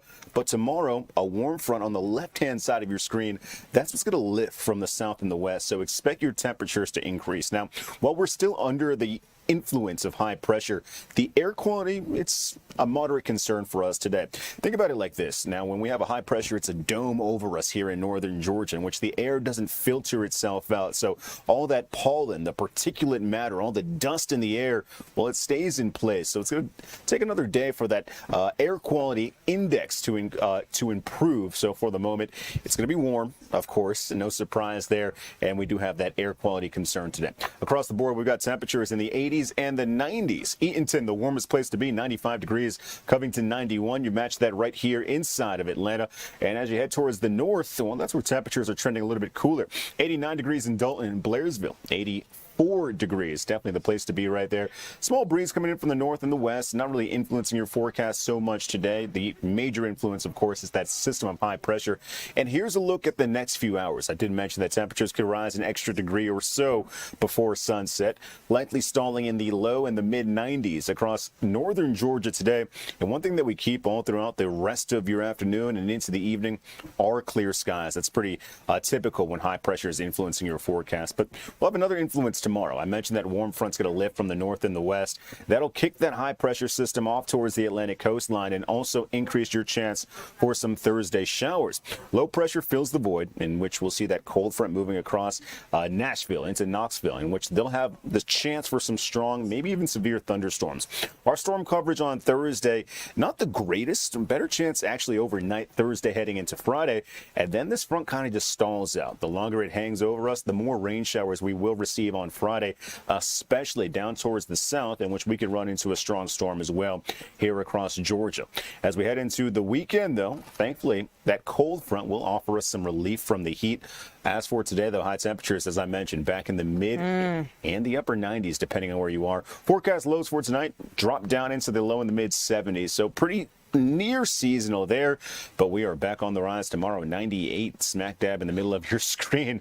I am sweating just looking at it right there. Thankfully, we're not going to be as humid as we have been in previous days. So your heat index for tomorrow, that'll likely peak right around the triple digits. Thursday night, though, warm as we're back in the mid 70s heading into Friday morning. But here comes the cooling trend. Still good chance for storm coverage on Friday. More of an afternoon and evening threat there. We could wake up to the rumble of thunder on Friday with that cold front moving over the region. But Saturday, Sunday, Monday, and Tuesday, we just keep dropping the limbo bar lower and lower, falling into the lower 90s. And overnight still, we could possibly see some temperatures across northern Georgia that are in the low 70s or even the upper 60s. So don't tempt me with a good time, because that's what I want to have happen. We're going to keep the good times rolling. They'll roll across the weekend and into your work week too. All right. Well, Marquise, thanks so much for the latest. We will stay tuned to you for further updates. Speaking of a good time, though, let's talk about what some fraternity brothers thought would be a good time at Penn State.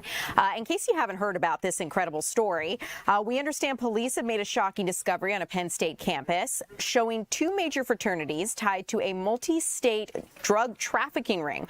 More than a dozen arrests have been made so far, and the investigation is still ongoing. It's really from frat pledge to possible prison time. Pennsylvania police say the fraternities were behind this complex drug trafficking ring, and prosecutors busted 14 past and current fraternity brothers. They're accused of spending thousands of dollars on cocaine, cutting up the drug, and transporting it to multiple states. Police also found the operation was part of pledge initiation practices done right on campus in the Sigma Chi and Delta Upsilon frat houses. Take a listen to what investigators had to say. This goes beyond just some students making bad decisions, right? This is a full organized crime enterprise that crosses multiple states. The evidence showed that cocaine was primarily packaged at the fraternity houses and that packaging was done by fraternity brothers and oftentimes pledges. Well, police say these two students were at the top of the drug operation that went on for nearly 2 years. And their names were Agostino Abatello, who became known as the largest cocaine dealer for Penn State students, and Thomas Robinson, whose dad also allegedly helped out in this operation. The investigation is ongoing, with all 14 suspects facing felony charges. And so far, Penn State has suspended one of the fraternities tied to this case. Let's quickly get you an update at a courthouse in California where Meta is facing a huge reckoning and what could be a precedent-setting social media trial. Ultimately, the owner of Facebook and Instagram is accused of intentionally hooking kids on its platforms and lying about the mental health crises it created. Some experts say it could be difficult for a jury to separate Meta's legal responsibilities from the overall impact of its products. In addition to up to $1.4 trillion in fines, yeah, that's trillion, a coalition of 29 states is asking a judge to grant injunctive relief, meaning Meta would have to make big changes to its platforms if it wants to stay in business. The trial is expected to last about 6 weeks, and officials say if they're successful in holding Meta accountable, they'll go after other social media giants. They're fighting things like likes, endless scrolling, and alerts, things that light up the pleasure part of our brains and trigger addiction. Ultimately, the final ruling in this case will be up to the judge. The jury will advise her, but the findings that the jury considers or comes up with are not legally binding. As we continue at 2 o'clock, coming up next, you guys, we're going to check in with our Maria Guzman about a local organization that's helping communities affected by disaster and devastation with these care packages, how they're being made right here in Georgia and helping others coming up.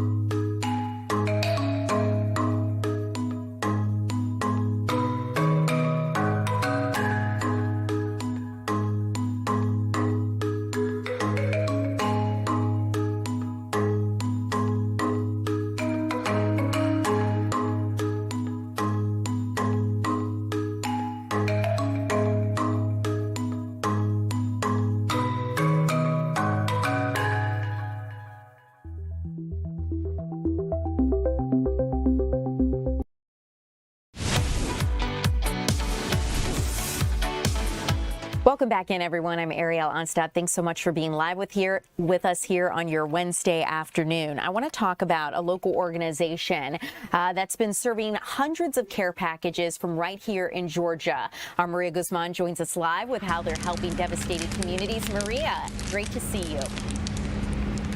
Hey Ariel, you know what's really special about CARE is that they do these things called care packages. It's basically a relief package, and they help countries abroad that are going through natural disasters and crises, but also here in the U.S. If there's a wildfire or a hurricane, CARE steps up and help. And right here I'm holding just one of those care packages, and they're packed across the country. This one was packed here in Atlanta, which is really special. But I'm going to go ahead and introduce you guys to Sarah, who works and focuses on the efforts here for the United States. So Sarah, thank you for being here and chatting with me. I want to go ahead and talk about how efforts look like here locally. So if you can just walk me through the care packages that are designed and focused for the U.S. Yeah, wonderful. Well, as you mentioned, CARE was founded 80 years ago when Americans packed critical food supplies and sent them over to war-torn Europe as the original care package. We're bringing that legacy back here in the United States, inviting volunteers to help pack critical items that we deploy in times of emergencies. Today we have two specific types of packages. One is a hygiene package, and this is because hygiene items are one of the most requested items for immediate relief in times of emergencies, and that really enables families to be safe and healthy and clean and have the dignity that they need early on. Often they have to leave homes with very little, just things that they carry on their back. So things like shampoo and conditioner, a comb, a toothbrush, toothpaste, soap. And what's great about these kits is that they're all biodegradable and recycled items, and so really helping the environment with how that's used. And one thing that I really want to highlight about this kit is the card. We mentioned that these are packed across the nation, and that is because we have our volunteers write a note of encouragement and a note of care, again, to really propel that culture of compassion across the country, so that when somebody is experiencing a disaster, they can get that message of hope in addition to these critically needed supplies. That's awesome. And you guys have been able to use these care packages recently, so just talk to me about how you guys were able to help. Oh, yes. Recently, we were able to respond to the Spokane wildfires, where 3 different wildfires were burning around the area. 600 items or buildings were destroyed. Nearly 65,000 people had to be evacuated. We were able, with support from our logistical partners, to provide over 1,200 hygiene care packages, as well as our mommy and baby supplies. And again, thanks to generous donors, make sure we complement that with diapers and wipes. Again, some of the most needed items for families. Awesome. Thank you so much. So here are just some of the ideas of the things that are in these U.S. care packages. I'll send things back to you in the studio. Maria, thank you so much for the demonstration, showing us how we can get involved. Incredible when someone's losing everything, to have something like this to show people, show that people care about them. So Maria, thank you. As we continue here at 2 o'clock, speaking about caring for others, let's talk about the First Launch Job Fair. This connects those with disabilities to employers. Our Chris Rosenthal is out at the fair and joins us live. Chris, what's happening there today? Yeah, today they're going to be having a Launchability. It's a nonprofit. We're having a reverse job fair, they call it. The goal here is to get employment for adults with disabilities. And I'm at the actual Sliceability pizza restaurant. This is the restaurant that's also part of Launchability, and they're having this job fair here. This restaurant actually employs adults with disabilities here. We have actually Kyle over here. He's making some pizza himself here for some customers. I had some pizza here earlier. It's pretty good. So I have Ivy. She is with Launchability here. And tell me a little bit about this reverse job fair. Tell me about how this idea came to be. Yes, so Launchability helps adults with disabilities in the workforce, especially after they age out of high school. After opening Sliceability 3 years ago, Jenny Smith, our founder, saw that what we were doing was great, but it wasn't nearly enough when you have over 200 applicants that we are unable to give a job to. So one of the ways, one of the programs in which we're helping is a reverse job fair. This is the first one. We already have a full candidate pool, so we have invited business leaders in the community to come out and see these qualified candidates present themselves, present their resumes, and present on a trifold to be able to secure a meaningful job. Yeah, there may be a bit of a stigma with, hiring adults with disabilities. Why hire them? I always say, why not? As you can see, Kyle here, he is, not only did he take the order a moment ago, but now he's reading the ticket. He did most of the prep this morning for the ingredients that went on. Adults with disabilities are going to bring an energy to your workplace. They bring a joy like no other, and they bring commitment. They want to work. They want to be a part of your organization or business, and they want to be committed to it. Yeah, and you guys also help businesses understand how to work with this workforce. Yeah, so beside these reverse job fairs, Launchability has job coaches for adults with disabilities that find employment. We go with them to their workplace, or we check in with them weekly, monthly. And then additionally, we are a resource to businesses to help widen their toolkit when it comes to accessibility and accessible hiring practices, and just answer any questions. And what sort of, speaking of those companies, what sort of companies will be here today? What sort of job opportunities? So today we are so thankful that we have a couple of different industries come in. We have some boutiques, we have a home goods company come in, we have Flax Flooring, and then an HVAC company called Cheeky that will be here. Just really want to show our candidates and show the business and the community around us that it doesn't have to be just one position that these adults with disabilities can fit in. Gotcha, excellent. And of course, this is your first one. You're always looking for more employers down in the line in the future. Here at Sliceability, that job fair will be starting here about 4 o'clock, so we'll have a little bit more on it coming up here in the 3 o'clock hour here at Sliceability incoming. Back to you. Chris, incredible opportunity. Love that they're doing this. Launchability, stemming from the Sliceability restaurant in Cumming where you are at. They employ 80% disabled workers and want to give people an opportunity. So that job fair gets underway at 4 o'clock, and I'm sure people are going to be asking when the next one is. We will stay tuned to you coming up at 3 o'clock, Chris. As we continue here at 2, coming up straight ahead, we are going to check in with our Eli Jordan about a specific arachnid. You know, when we get to these cooler temperatures and we start to see lower humidity, we're not there yet. As we get there, banana spiders make an appearance. That's coming up.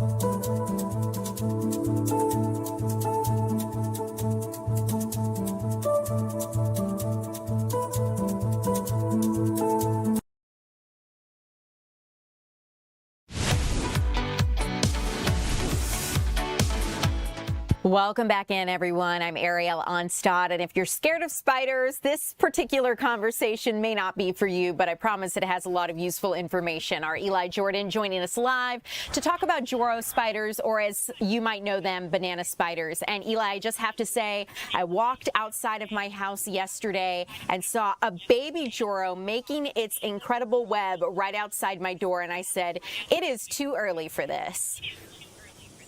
Oh yeah, well, their peak season, Ariel, is from August to about October, so we're going to start seeing them now. And these invasive Asian arachnids are more of just a creepy factor than a harmful factor, and they're very well established. I was speaking to Tim Ivey of Evans Termite and Pest Control today, and we were talking about, these things actually have some benefits that we might like, but there's also another insect or bug out there that we need to be very aware of. Here's what he had to say. I'm with Tim Ivey of Evans Termite Pest Control in Locust Grove. Thanks for your time, Tim. Hey, my pleasure. And so we got the Joro spiders again this year, and they seem like they're fairly well established here in Georgia. They are. They're doing quite well. So we got to get used to them, correct? We do. They start out, they start maturing about this time of year, and then they start reproducing. They lay about 400 to 500 eggs each year. The adults will all die during the winter time, but the eggs will overwinter, and we'll see them all hatching next year. And one benefit, though, which I was kind of surprised, those armored, crunchy stink bugs. Yes.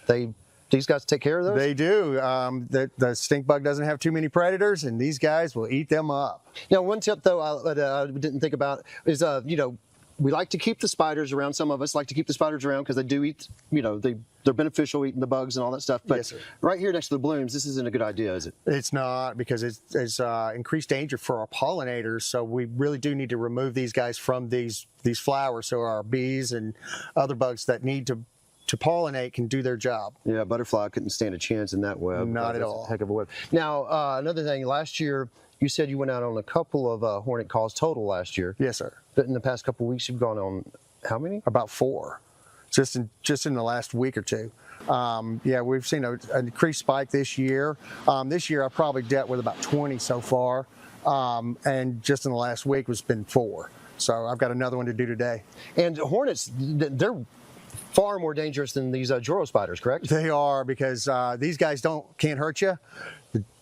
The hornet can. It can put you down. And they get angry. I mean, we can just not even realize there's a nest in our yard, go out there, a kid might be playing, or we might go mowing, and then next thing you know, it turns the weekend chores into a hospital stay. Yeah, you're right. And they don't have any discretion. If you're in their zone or in their flight path and you get nicked, you're in trouble. They're all going to come and sting you. What should we do if we see one of these paper cones hanging in a tree or hanging under an eave or under a bush or something? Well, you should probably avoid it if you're not prepared to take care of it yourself. Call a professional. Let somebody like myself come out with a suit and proper gear and remove the nest from the area. Tim Ivey of Evans Termite and Pest Control. He says we got to get used to the Joro spiders, but it's not all bad. They eat stink bugs, but watch out for the hornets. Watch out for the hornets. And as far as the Joro spiders go, well, they're going to be around here for a while. There's nothing much we can do, but they're pretty much safe. And, they all eat those stink bugs, and those stink bugs are kind of annoying when they get in your house and invade, but these guys will crunch them up. And so, but what we need to watch out for is the spike in hornets' nests. Oh my goodness. Like you said, 20 calls so far this year compared to 2 calls last year, and it's just beginning. He says he thinks the weather had a lot to do with it, with dry spring and then fairly wet summer we've had, and you just need to be very careful. Don't try to handle a hornet's nest yourself, Ariel, because it could send you to the hospital. But as far as the arachnids go, they're just creepy. Yeah, Eli, this is quite the shot. I will say you've missed most of my squealing over here, so that's probably for the best. I'm wondering if this little guy is going to get camera shy at some point and decide to leap off his web, but he's facing away from you, he's so eyeballing me. Yeah. I'm kind of, he's tired of me. I think he is. And so I'll kick it back to you now. Yeah. Eli, I'm going to let you get a break from the spider. Give him a break. Thanks for joining us live, letting us know how to handle these banana spiders. And in the meantime, you guys, let's talk about our Atlanta Falcons. We're going to let Eli disentangle himself from underneath that web. Our Victor Prieto is watching practice between the Indianapolis Colts and the Atlanta Falcons. And I'd like to get out to Victor live for that conversation, because you might be wondering, why are the Falcons practicing with an opposing team, Victor? Yeah, Ariel, it's a great question, and it's for really the experience. So they have a preseason game lined up on Saturday. It'll be on Fox 5 Atlanta at 1 p.m. But of course, the best part about when you travel for a preseason game, you also get to come to their home practice facility. I'll give you guys some looks here. Maybe flip the camera. They'll be having joint practices against the Colts, so it's a really good experience for both these teams to line up against a different color jerseys, a different team. They've been going into training camp for weeks now, where you face against the exact same guys for weeks at a time. So practice is just about to start. It starts at 3 p.m., so you see a lot of the team here getting ready. They have two fields. This is the Falcons field. We'll have the Colts field on the other side. We'll get into a lot of fun different drills, though. We'll see 7-on-7s, 11-on-11, 1-on-1s. We have fans already coming in, so should be an exciting day here at Colts practice camp. That's really cool, Victor, to actually see these two teams say, hey, listen, it's not that serious between us, so we might as well learn from each other. Not that it's not serious. I mean, let's be real. We could see them in the Super Bowl this year, right? The Atlanta Falcons. I'm being optimistic. But I'm curious, from practice today, you were going to call me out on that.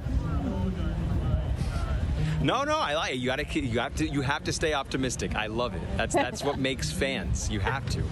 Well, with practice today, what are you looking for? What do you think that the Falcons could come away from this experience with, things that they need to improve on in order to have a better season?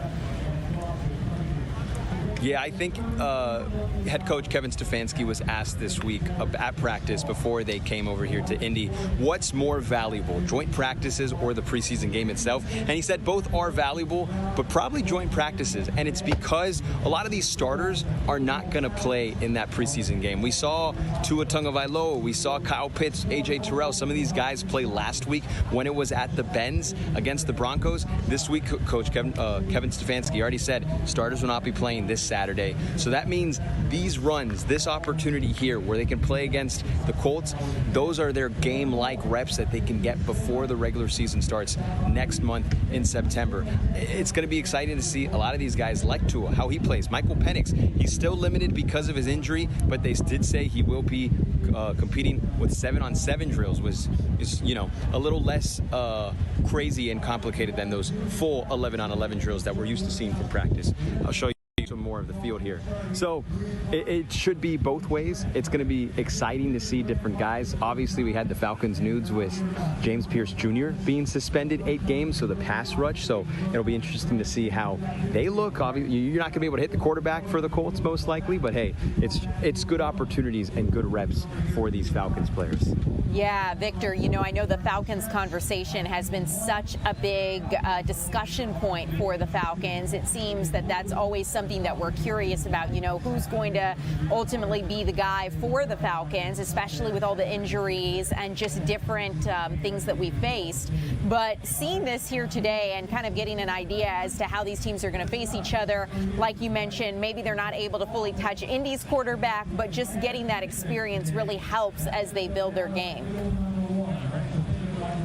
Absolutely. I think it's very important. And like I said earlier, and like with Coach Kevin Stefanski, these reps, as you see the quarterbacks right here, so you see Tua, Jack Strand, Cooper Rush, those are the guys we'll be seeing a lot of on Saturday. It really is the opportunity for them. Coach Kevin Stefanski also put it last week. These preseason games, these practices, you want to callus, not blister. You want to get them ready to go for the game, but you don't want to get them hurt. You don't want to see any injuries. like Jalen Walker happened earlier this training camp. So it's just a great opportunity for these teams to line it up, and maybe we'll see some breakouts, because obviously you want your starters game ready, but you also need to fill in the back half of your Falcons roster. This is where you make the roster. Those guys that are on the fringe, maybe a practice squad guy that wants to make the official active roster, this is his opportunity to make a name for himself and show the coaches, hey, sign me.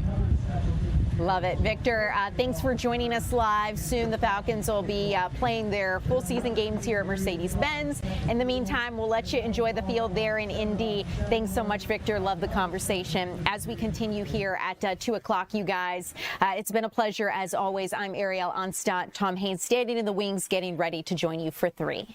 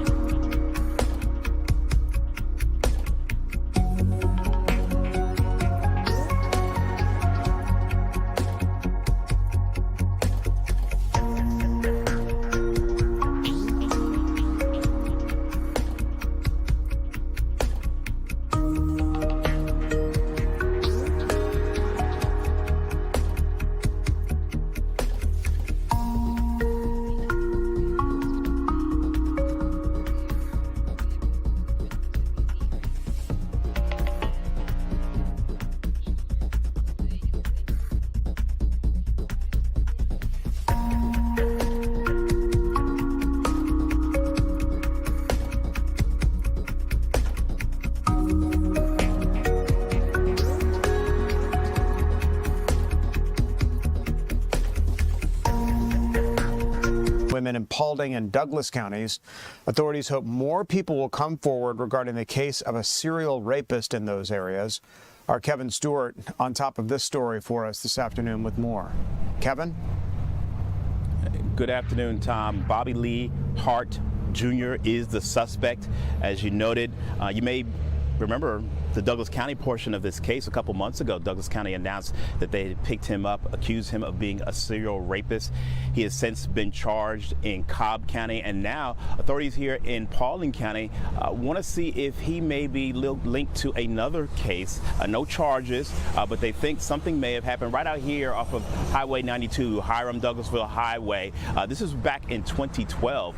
They said that he got a woman into a car and then assaulted her. Now, what's also particularly interesting about this is that for the first time, his father is talking to Fox 5 first and exclusively. I want you to listen to a portion of the news conference where investigators and the DA talked about this morning, and my interview with the suspect's dad. Circumstances are similar. The victim types are also similar.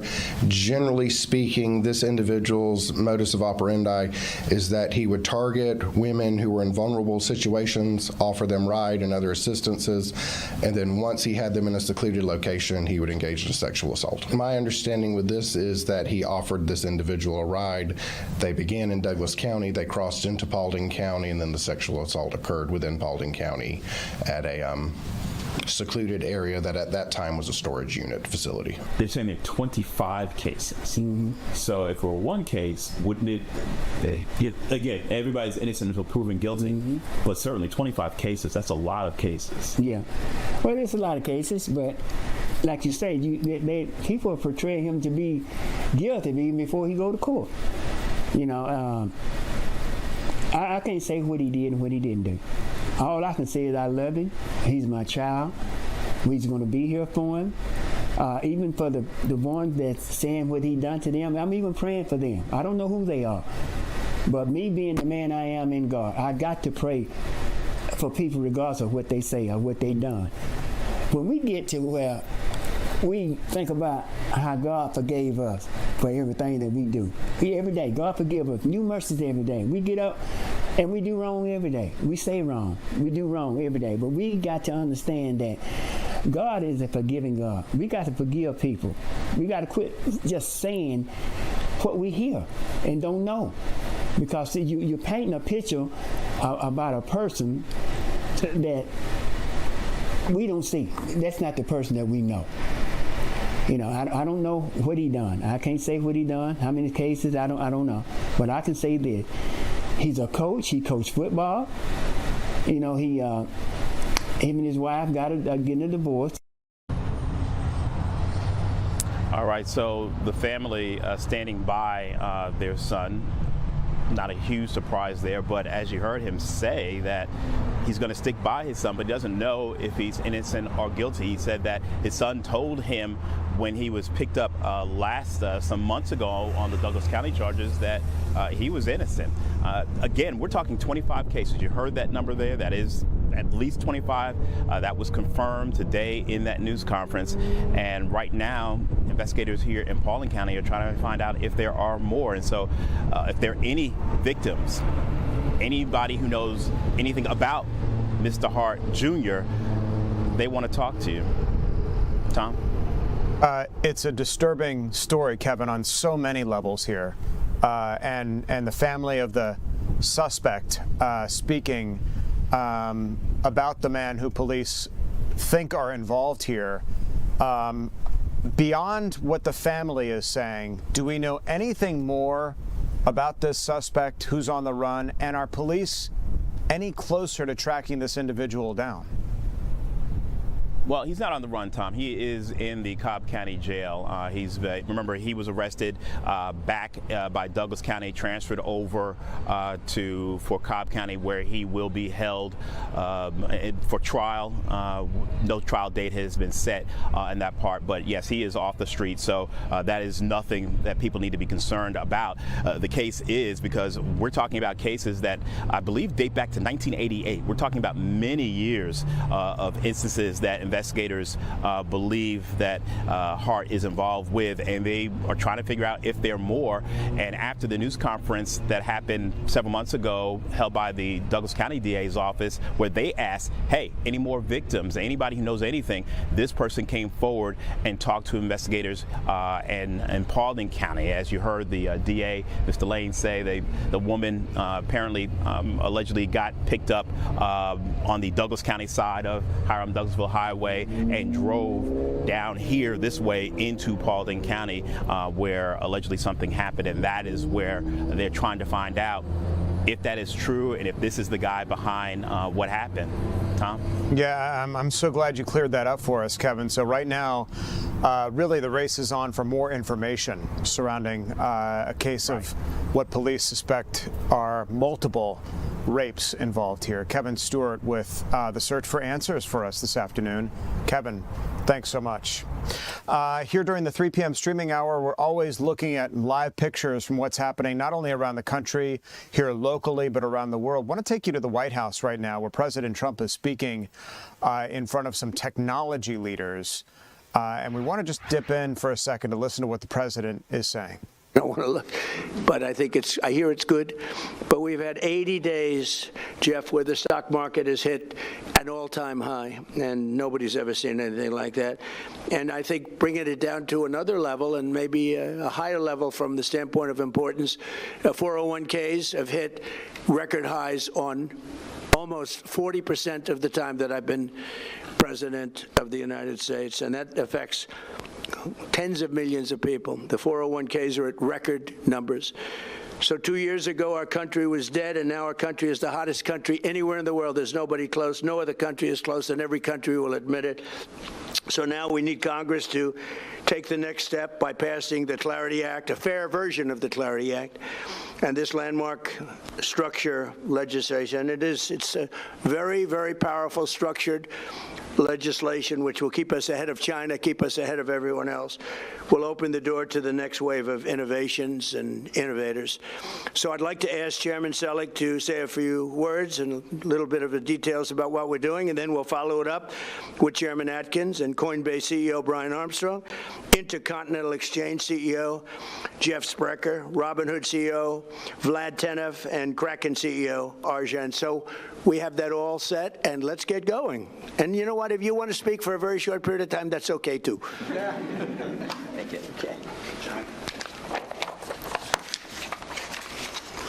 Thank you, Mr. President. It's an honor. Just wanted to dip into the White House real quick to listen to what the president was saying. He's meeting with technology leaders at the White House. Oftentimes the president will also speak extemporaneously on other issues happening, like the situation in Iran and so many matters facing our country.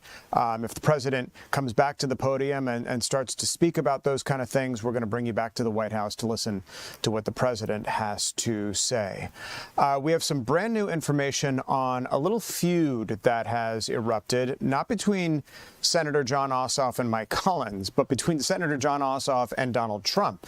It's being characterized as a heated war of words between the senator and the president of the United States. During an Atlanta rally, Ossoff criticized Trump's priorities, specifically questioning construction of a White House ballroom project and naming a key Trump aide who Ossoff said Trump enjoys traveling with on Air Force One.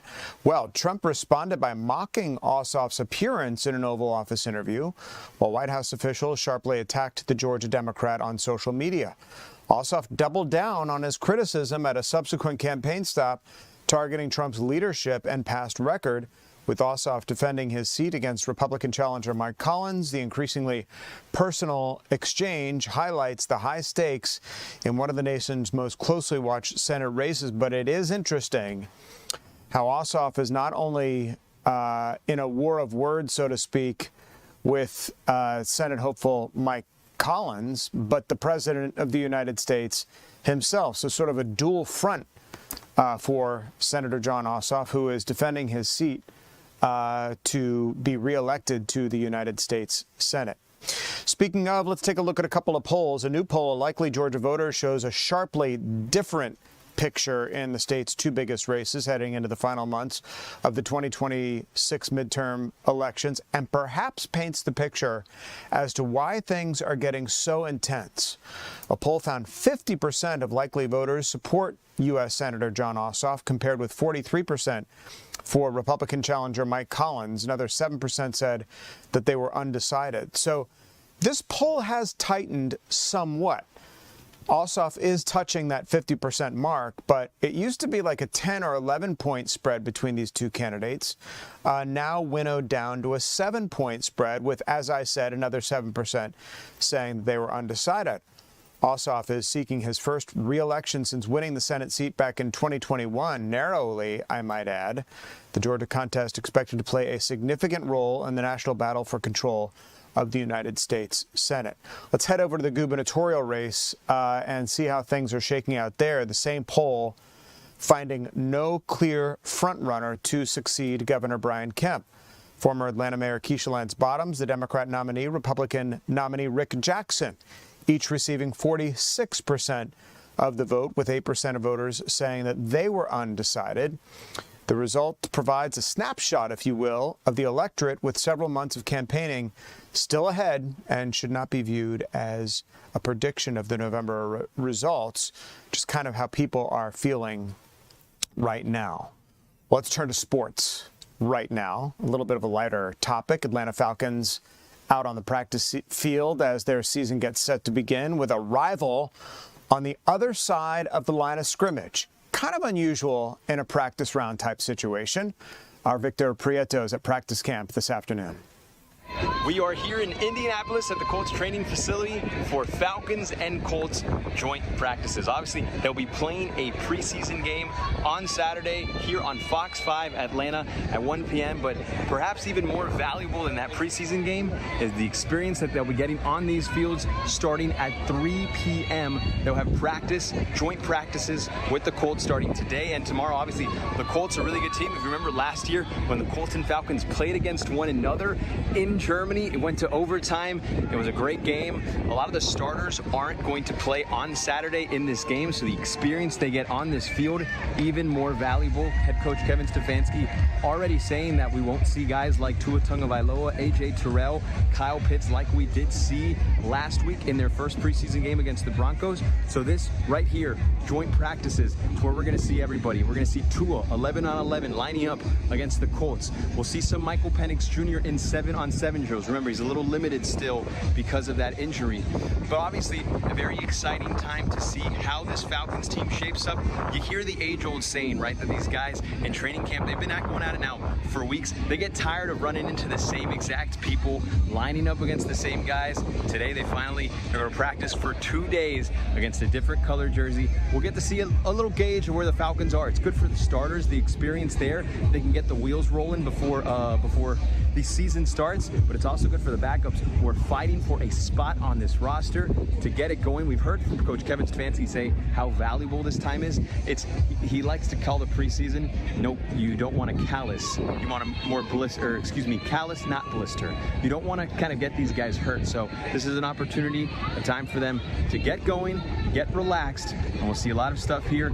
We'll have more coverage for you here in Indianapolis, starting from these joint practices all the way to the preseason game. But for now, in Indy, Victor Prieto, Fox 5 Sports. A good early look at our Atlanta Falcons. Victor, up in Indianapolis. Victor, thanks so much.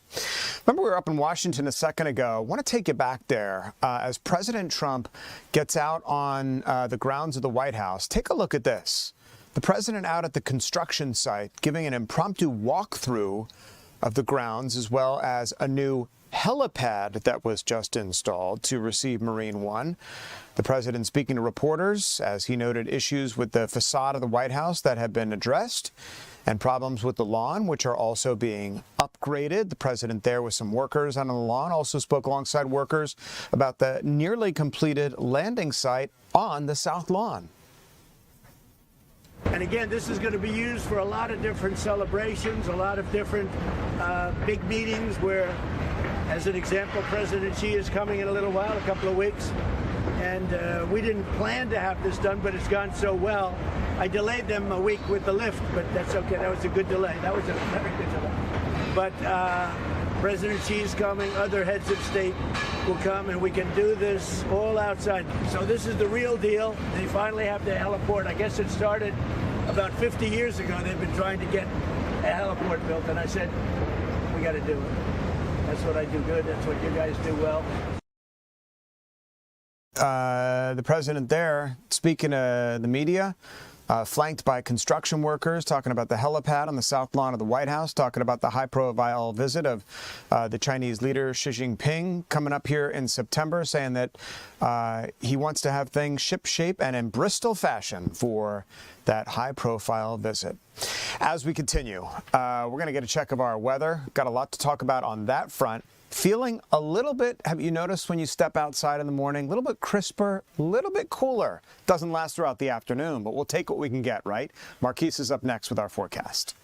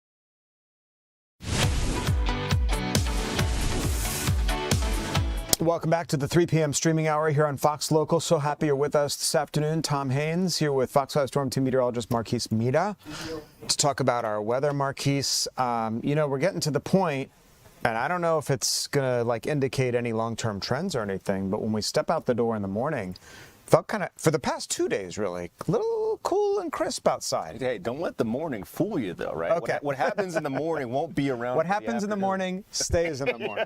Okay. I like that better, you know? Okay. But ultimately, the reason why we're trending a little bit cooler in the morning is courtesy of the cold front that moved across our neck of the woods on Tuesday, right? You see it sliding out of the picture on the right-hand side of your screen, and filling that void, Tom, it's a warm front. So we've got the jackets off for a reason today. We are just wearing the shirt and tie, no blazer, as temperatures continue to rise here in northern Georgia. And we'll carry that warming trend into Thursday before we cool down, looking forward to the weekend. Another thing that's in our forecast today is a system of high pressure. Underneath this dome, what we've lacked is a filtration system for our air. So there are some air quality concerns across northern Georgia today, in which the particulate matter in the air, the pollen, it really just stays stagnant. So if you suffer from any respiratory issues, you might want to spend a little bit of extra time indoors, or maybe save your activity for later on tonight as the air quality does get better and temperatures do begin to cool. And keep in mind too, with this high pressure system, without that filtration system in place, if you're doing any outdoor burning, right, smoke can just linger for extended periods of time. So just something to think about before you do anything outdoors today.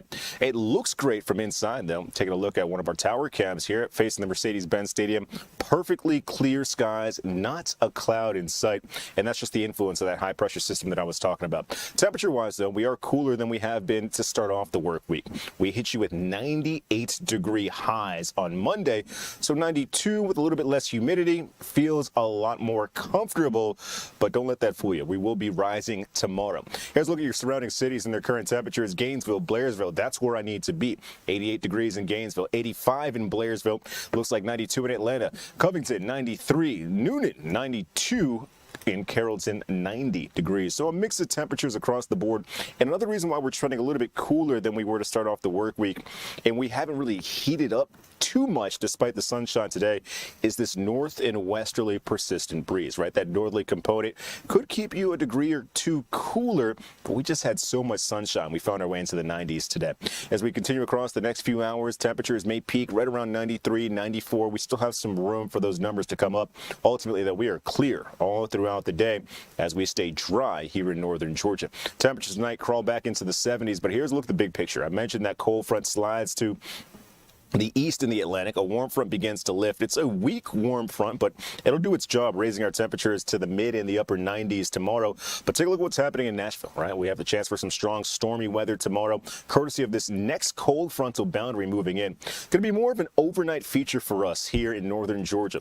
Thursday into Friday, you could possibly hear that rumble of thunder, but more widespread showers and storms going to be a Friday threat to finish off the work week, especially across southern Georgia. Take a look at what's happening in Valdosta. Lots of rain, showers, thunderstorms coming your way as we tap into that Gulf Coast moisture. And this front kind of just hangs around throughout the day on Friday. So that'll be your best chance for some showers throughout the work week. As far as temperatures go tonight, we're back in the low in the mid 70s. Blairsville, 68 degrees, always our coolest city there. Heat index for tomorrow, that peaks above the triple digits. So another hot one coming your way on Thursday. But as I mentioned, that cooling trend is just around the corner. We still have to make it through Thursday, right? 98 for your high there. Friday, 95, and then we just keep watching the thermometer drop. We'll be back in the lower 90s Saturday, Sunday, Monday, and Tuesday. We're kind of finishing the week the way we started it. That 98 is jumping right off of your 7-day forecast. Yes. That's actually the warmest temperature that we've had so far this year. We did it in July, we did it on Monday, and we like threes here in Atlanta apparently, as we may do it again on Thursday. Okay, but I'm liking what I'm seeing in terms of like late next week. I'm seeing 90 degrees. The cool off is coming. Some areas may even peak in the upper 80s. Well, Marquise, I'm waiting. I'm just waiting to see an 89 or even an 88 on your map sometime soon. Let's keep our fingers crossed. We'll do. We'll continue to enjoy the hot weather out there. Marquise, thanks so much. We got some news from the CDC this afternoon, talking about dozens of CDC programs. You know, the CDC right here in our own backyard. Actually, it's right literally in the Fox 5 backyard. We can see the CDC from our studios here. But they are receiving hundreds of millions of dollars in federal fundings, but new findings show that few employees are left to actually do the work that's demanded of the CDC. The data reveals that the agency was allocated $41 million for its Alzheimer's program this year, and has no staff assigned to run that program. Another $246 million was approved for tobacco prevention, but that office has also been gutted by mass layoffs. Critics say the shortages leave key public health initiatives dormant following sweeping personnel cuts across health and human services. Democrat lawmakers argue that leaving allocated funds unstaffed violates federal spending laws, while HHS offers no clear timeline of restoring staffing levels. Back to a local story that we've been on top of, and we're talking about an officer-involved shooting. Now, the mother of the man accused of shooting an Atlanta police officer this week spoke publicly today in Southwest Atlanta. She says that her son, Michael Gates, was experiencing a mental health crisis and belongs in a mental health facility, not inside of a jail. Let's get out to our Eric Perry, who's been on top of this story for us all afternoon long. Eric, what more do we know? Yeah, she's only speaking with me inside of her home where all of this unfolded there. she wants other people to know that they are not alone when dealing with those with mental health illnesses. She also says she called the police on Saturday asking for help, but he says that her son had a gun then, but she says that they did not take him away or anything like that. She's grateful that that officer is okay. She's also grateful that other woman who was inside her house, believed to be a family member there, is okay. And she's also grateful that her son was okay. She says in incidents like this, sometimes when it comes to mental health issues, especially if the person on the other side of the gun starts shooting, the officers shoot in response, and they sometimes will kill the individual. She's glad that that didn't happen. She also thinks that the police officer, she's crediting them, Devontae Matthews, 30 years old, who was shot in the arm here. She believes that because he's been to that home several times, she's familiar with her son's situation. That's one of the reasons that her son is still alive. Take a listen. And Saturday they came here and they left him. He had his gun then. I said, well, take him to jail. And I don't want, no mother wants her child to go to jail. But if they had took him to jail, they would have saw. Because he can only put up an act for so long before the voices start speaking to him again. Sunday was the worst, Sunday night. It didn't start at 8 o'clock in the morning at 8:41. It started Sunday night when I got off work.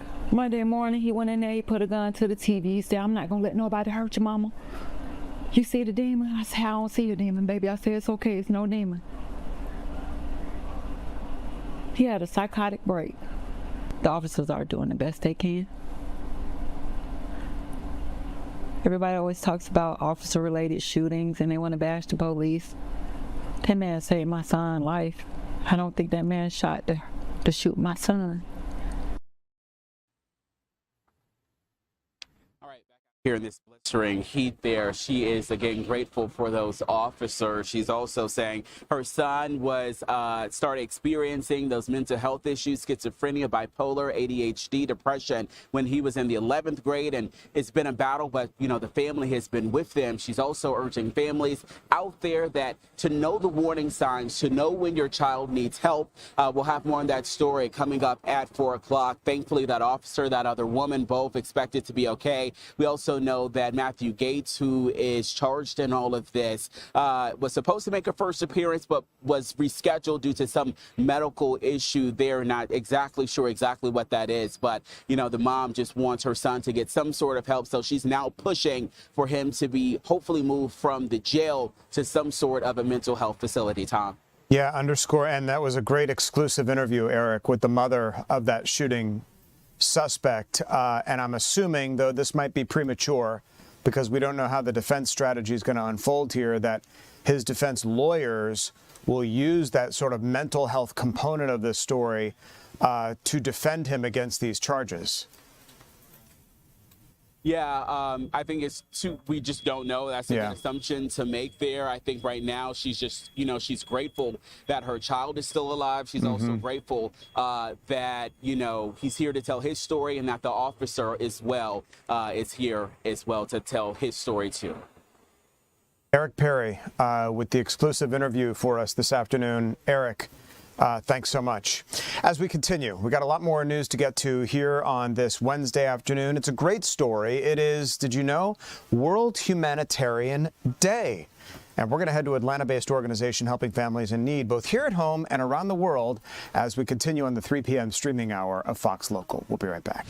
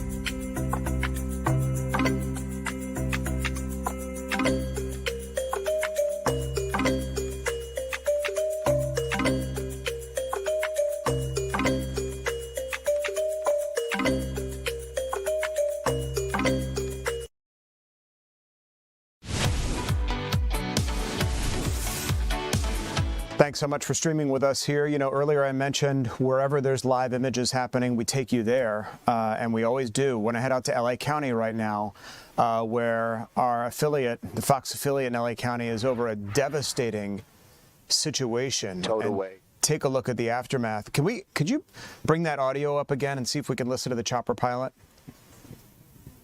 Jasmine, is it up? Okay. All right. Well, don't want to. It's obviously a delicate situation because it's a horrific traffic accident. Let me give you a little more information about where this is happening. This is apparently on the 210 freeway out in Los Angeles, and obviously just a horrific accident happening there. You can assume that that entire freeway is shut down right now as rescuers work to rescue anybody who's involved in this accident. You can see that gray car there with the door open, which, God willing, the passengers inside that vehicle were able to escape. Underneath the cab of that 18-wheeler, you saw the contents of the 18-wheeler, what appeared to be a bunch of boxes scattered all over the roadway there. It looks like one lane of traffic is getting by, but multiple vehicles involved, and the front of that other cab is just destroyed, what is left of it anyway. So we hope that this is a rescue operation, that the folks inside these two 18-wheeler, or at least one 18-wheeler and another vehicle there, are okay. In addition to that gray vehicle underneath the cab of that truck there is okay as well.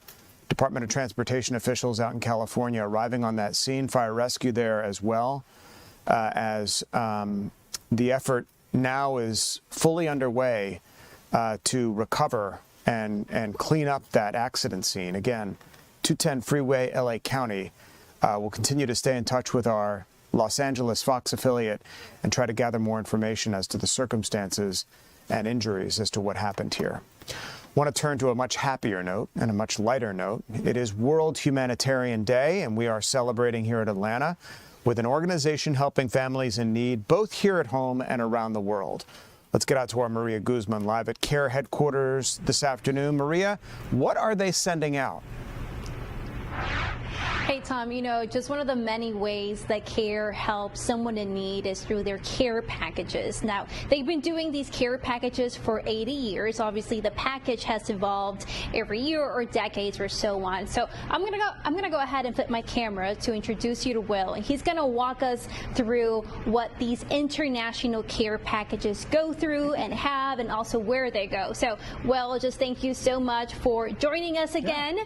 I think it's awesome that this care package has evolved. So let's go ahead and go back to 1946, where you guys started the first care package. That's right. So if you think of the word care package, this is where it started. This is where the word entered the English language. This is the original care package. CARE formed in 1945 and delivered 100 million of these packages across Europe in 1946 after World War II. And it gave people a sense of hope. And in that same spirit, today we have reimagined the care package. This is what we call the care package for emergencies. And it's a different container, but the same spirit of hope lives inside of it. So you have a system of 3 bags. It's easy for people to carry, but what's important is what's inside. There are several different types of items inside. You can see we have a solar panel, chargers for someone's phone, and a light, which is helpful in a place that's been hit by a disaster where it's dark, there's no street lights, helps keep you safe. In addition, something that's really interesting is a cook stove. So this uses wood or whatever materials might be available in an area that's been hit by a disaster. And then going in there, and then the pot goes on top. You can cook your rice, your meal, your beans, whatever you may have in this pot. It all nests together in a really kind of well-designed way, also including spoons, plates, utensils, etc. And water is really important in these situations, clean water, safe water. So we have water purification, water storage, these collapsible buckets to help people bring water from different sources, as well as really important hygiene items that are needed day to day for families. So detergent, soap, toothbrushes, toothpaste, and then feminine hygiene items as well, as these packages were designed with women and girls in mind. I think it's really neat how all these items are able to fit in this care package. Where have these items been able to go recently? Yeah, so these packages have been deployed all over the world. So we've started in Nepal and Bangladesh, in the Philippines, in Malawi, in Mozambique, in Indonesia recently, responding to the earthquake there. Also in Colombia, which suffered an earthquake as well. So 2,000 of these care packages are being deployed right now in Colombia. And we're planning to scale up even further over the next few years, so hoping to get 1 million of these out by 2030. Now, obviously, CARE is based here in Atlanta, but you guys have offices all over the world, and these care packages are in those areas where have seen natural disasters. How critical is it to already have those packages on land? Yeah, that's the key difference here. A lot of times aid can take weeks, months to get to people in need. The idea is we know where there are going to be hurricanes, cyclones, floods. We know that those things are going to happen in certain times of the year. So we pre-position these kits in those high-risk areas so that we can get them out the door in 72 hours. Awesome. And then just again, how many items in total can fit in that bag? And also, this is a new modern care package. So how many have you guys been already used? Yeah, so about 40 items more or less can fit in the bag. It can be customized based on the area. So in some places, instead of 2 tarpaulins, we have 1 tarp and 1 mosquito net. We have so far deployed about 5,000 of these, but we're rapidly scaling up, like I said, to get 1 million out by 2030. Awesome. Thank you so much. So I'll just go ahead and give you guys one quick look again on all those items. About 40 items are able to fit in this care package and help someone that is in need overseas. What a great program, because Maria, as you know, there's been a lot happening around the world, specifically as it concerns our neighbors to the south, down in Latin America, both with Venezuela, who endured that horrific earthquake, and down in Colombia. Just a couple of hot spots that these materials, these supplies, it'll be much welcome relief for those folks wherever they go. Maria Guzman live with these care packages from our local relief organizations on World Humanitarian Day. Maria, thanks so much. Now we want to head to what is being characterized as a really unique job fair, helping people with disabilities connect with employers looking to hire. It's a great, innovative program, and the person who's always sort of highlighting these types of programs is our own Chris Rosenthal, who's live with us right now. Chris, tell us more about how they're actually connecting these two groups.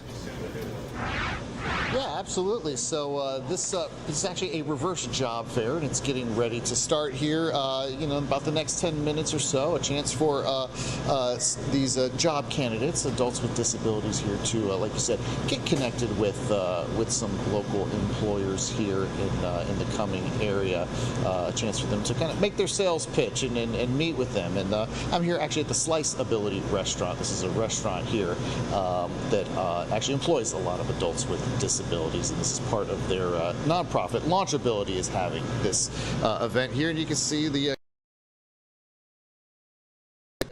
getting ready. They've got their boards up with all of their descriptions here and their resumes, and they are all set to go and all set to present themselves. They got their pitches all ready, and I've got Ivy here. She's with Launchability, and tell me a little bit about this. Tell me about this reverse job fair and how you got this idea.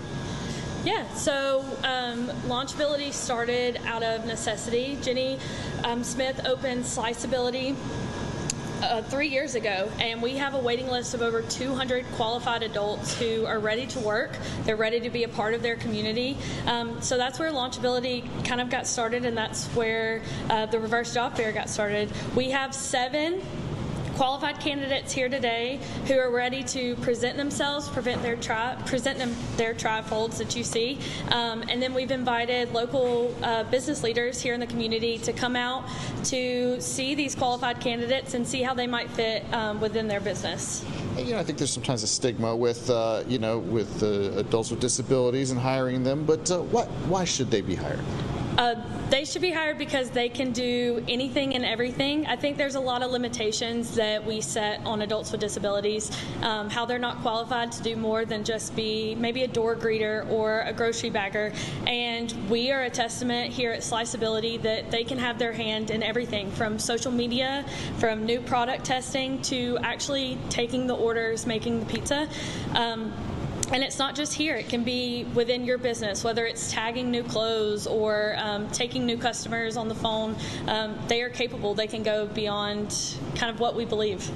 And what sort of industries do we have coming out here today to take a look at these candidates? Yeah, so today we are very lucky. We have a salon that will be here. We have Rescue Rubs, who makes their own spices and rubs. We have Avenue of the Oaks, who is a home goods store, a boutique here in the Cumming City Center. Beyond that, we have a flooring company, an HVAC company. So really, we've kind of covered all industries, all kind of job types, and that's what you see with our qualified candidates, that they can step up to those different industries. Before we meet one of these candidates here, tell me, this is the first one, but you're going to have more of these. Yes, this is the first one. We started a little bit smaller, but the hope is that we do these biannually, and as we do them, the community, the business leaders come out bi-monthly, that business leaders come out and they see how qualified these candidates are and how they can just fit beautifully in their business. And already getting registrations getting filled up. So I got one of those candidates. I got Daniel here. Daniel, I'll tell you what, you're about to meet these employers. Give me your elevator pitch. All right then. Hi there.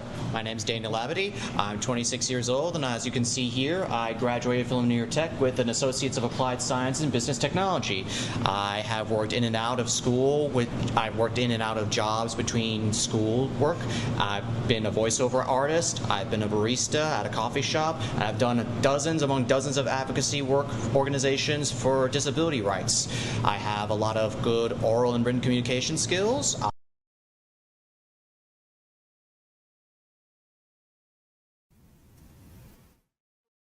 On the job.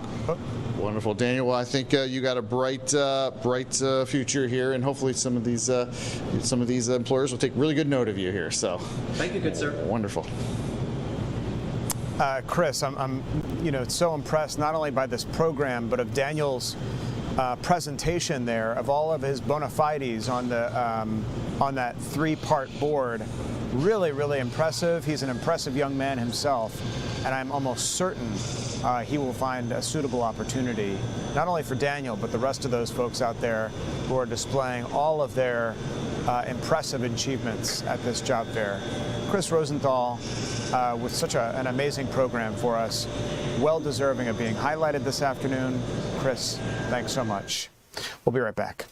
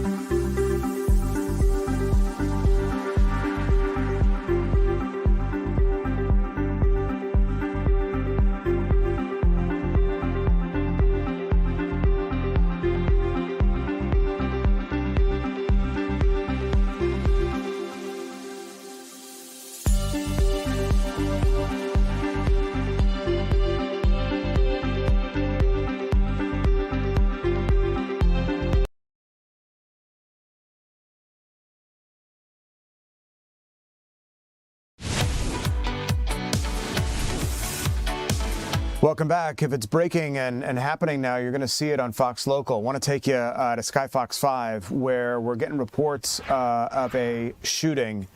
This on Glen Hollow Apartments on Flat Shoals Parkway.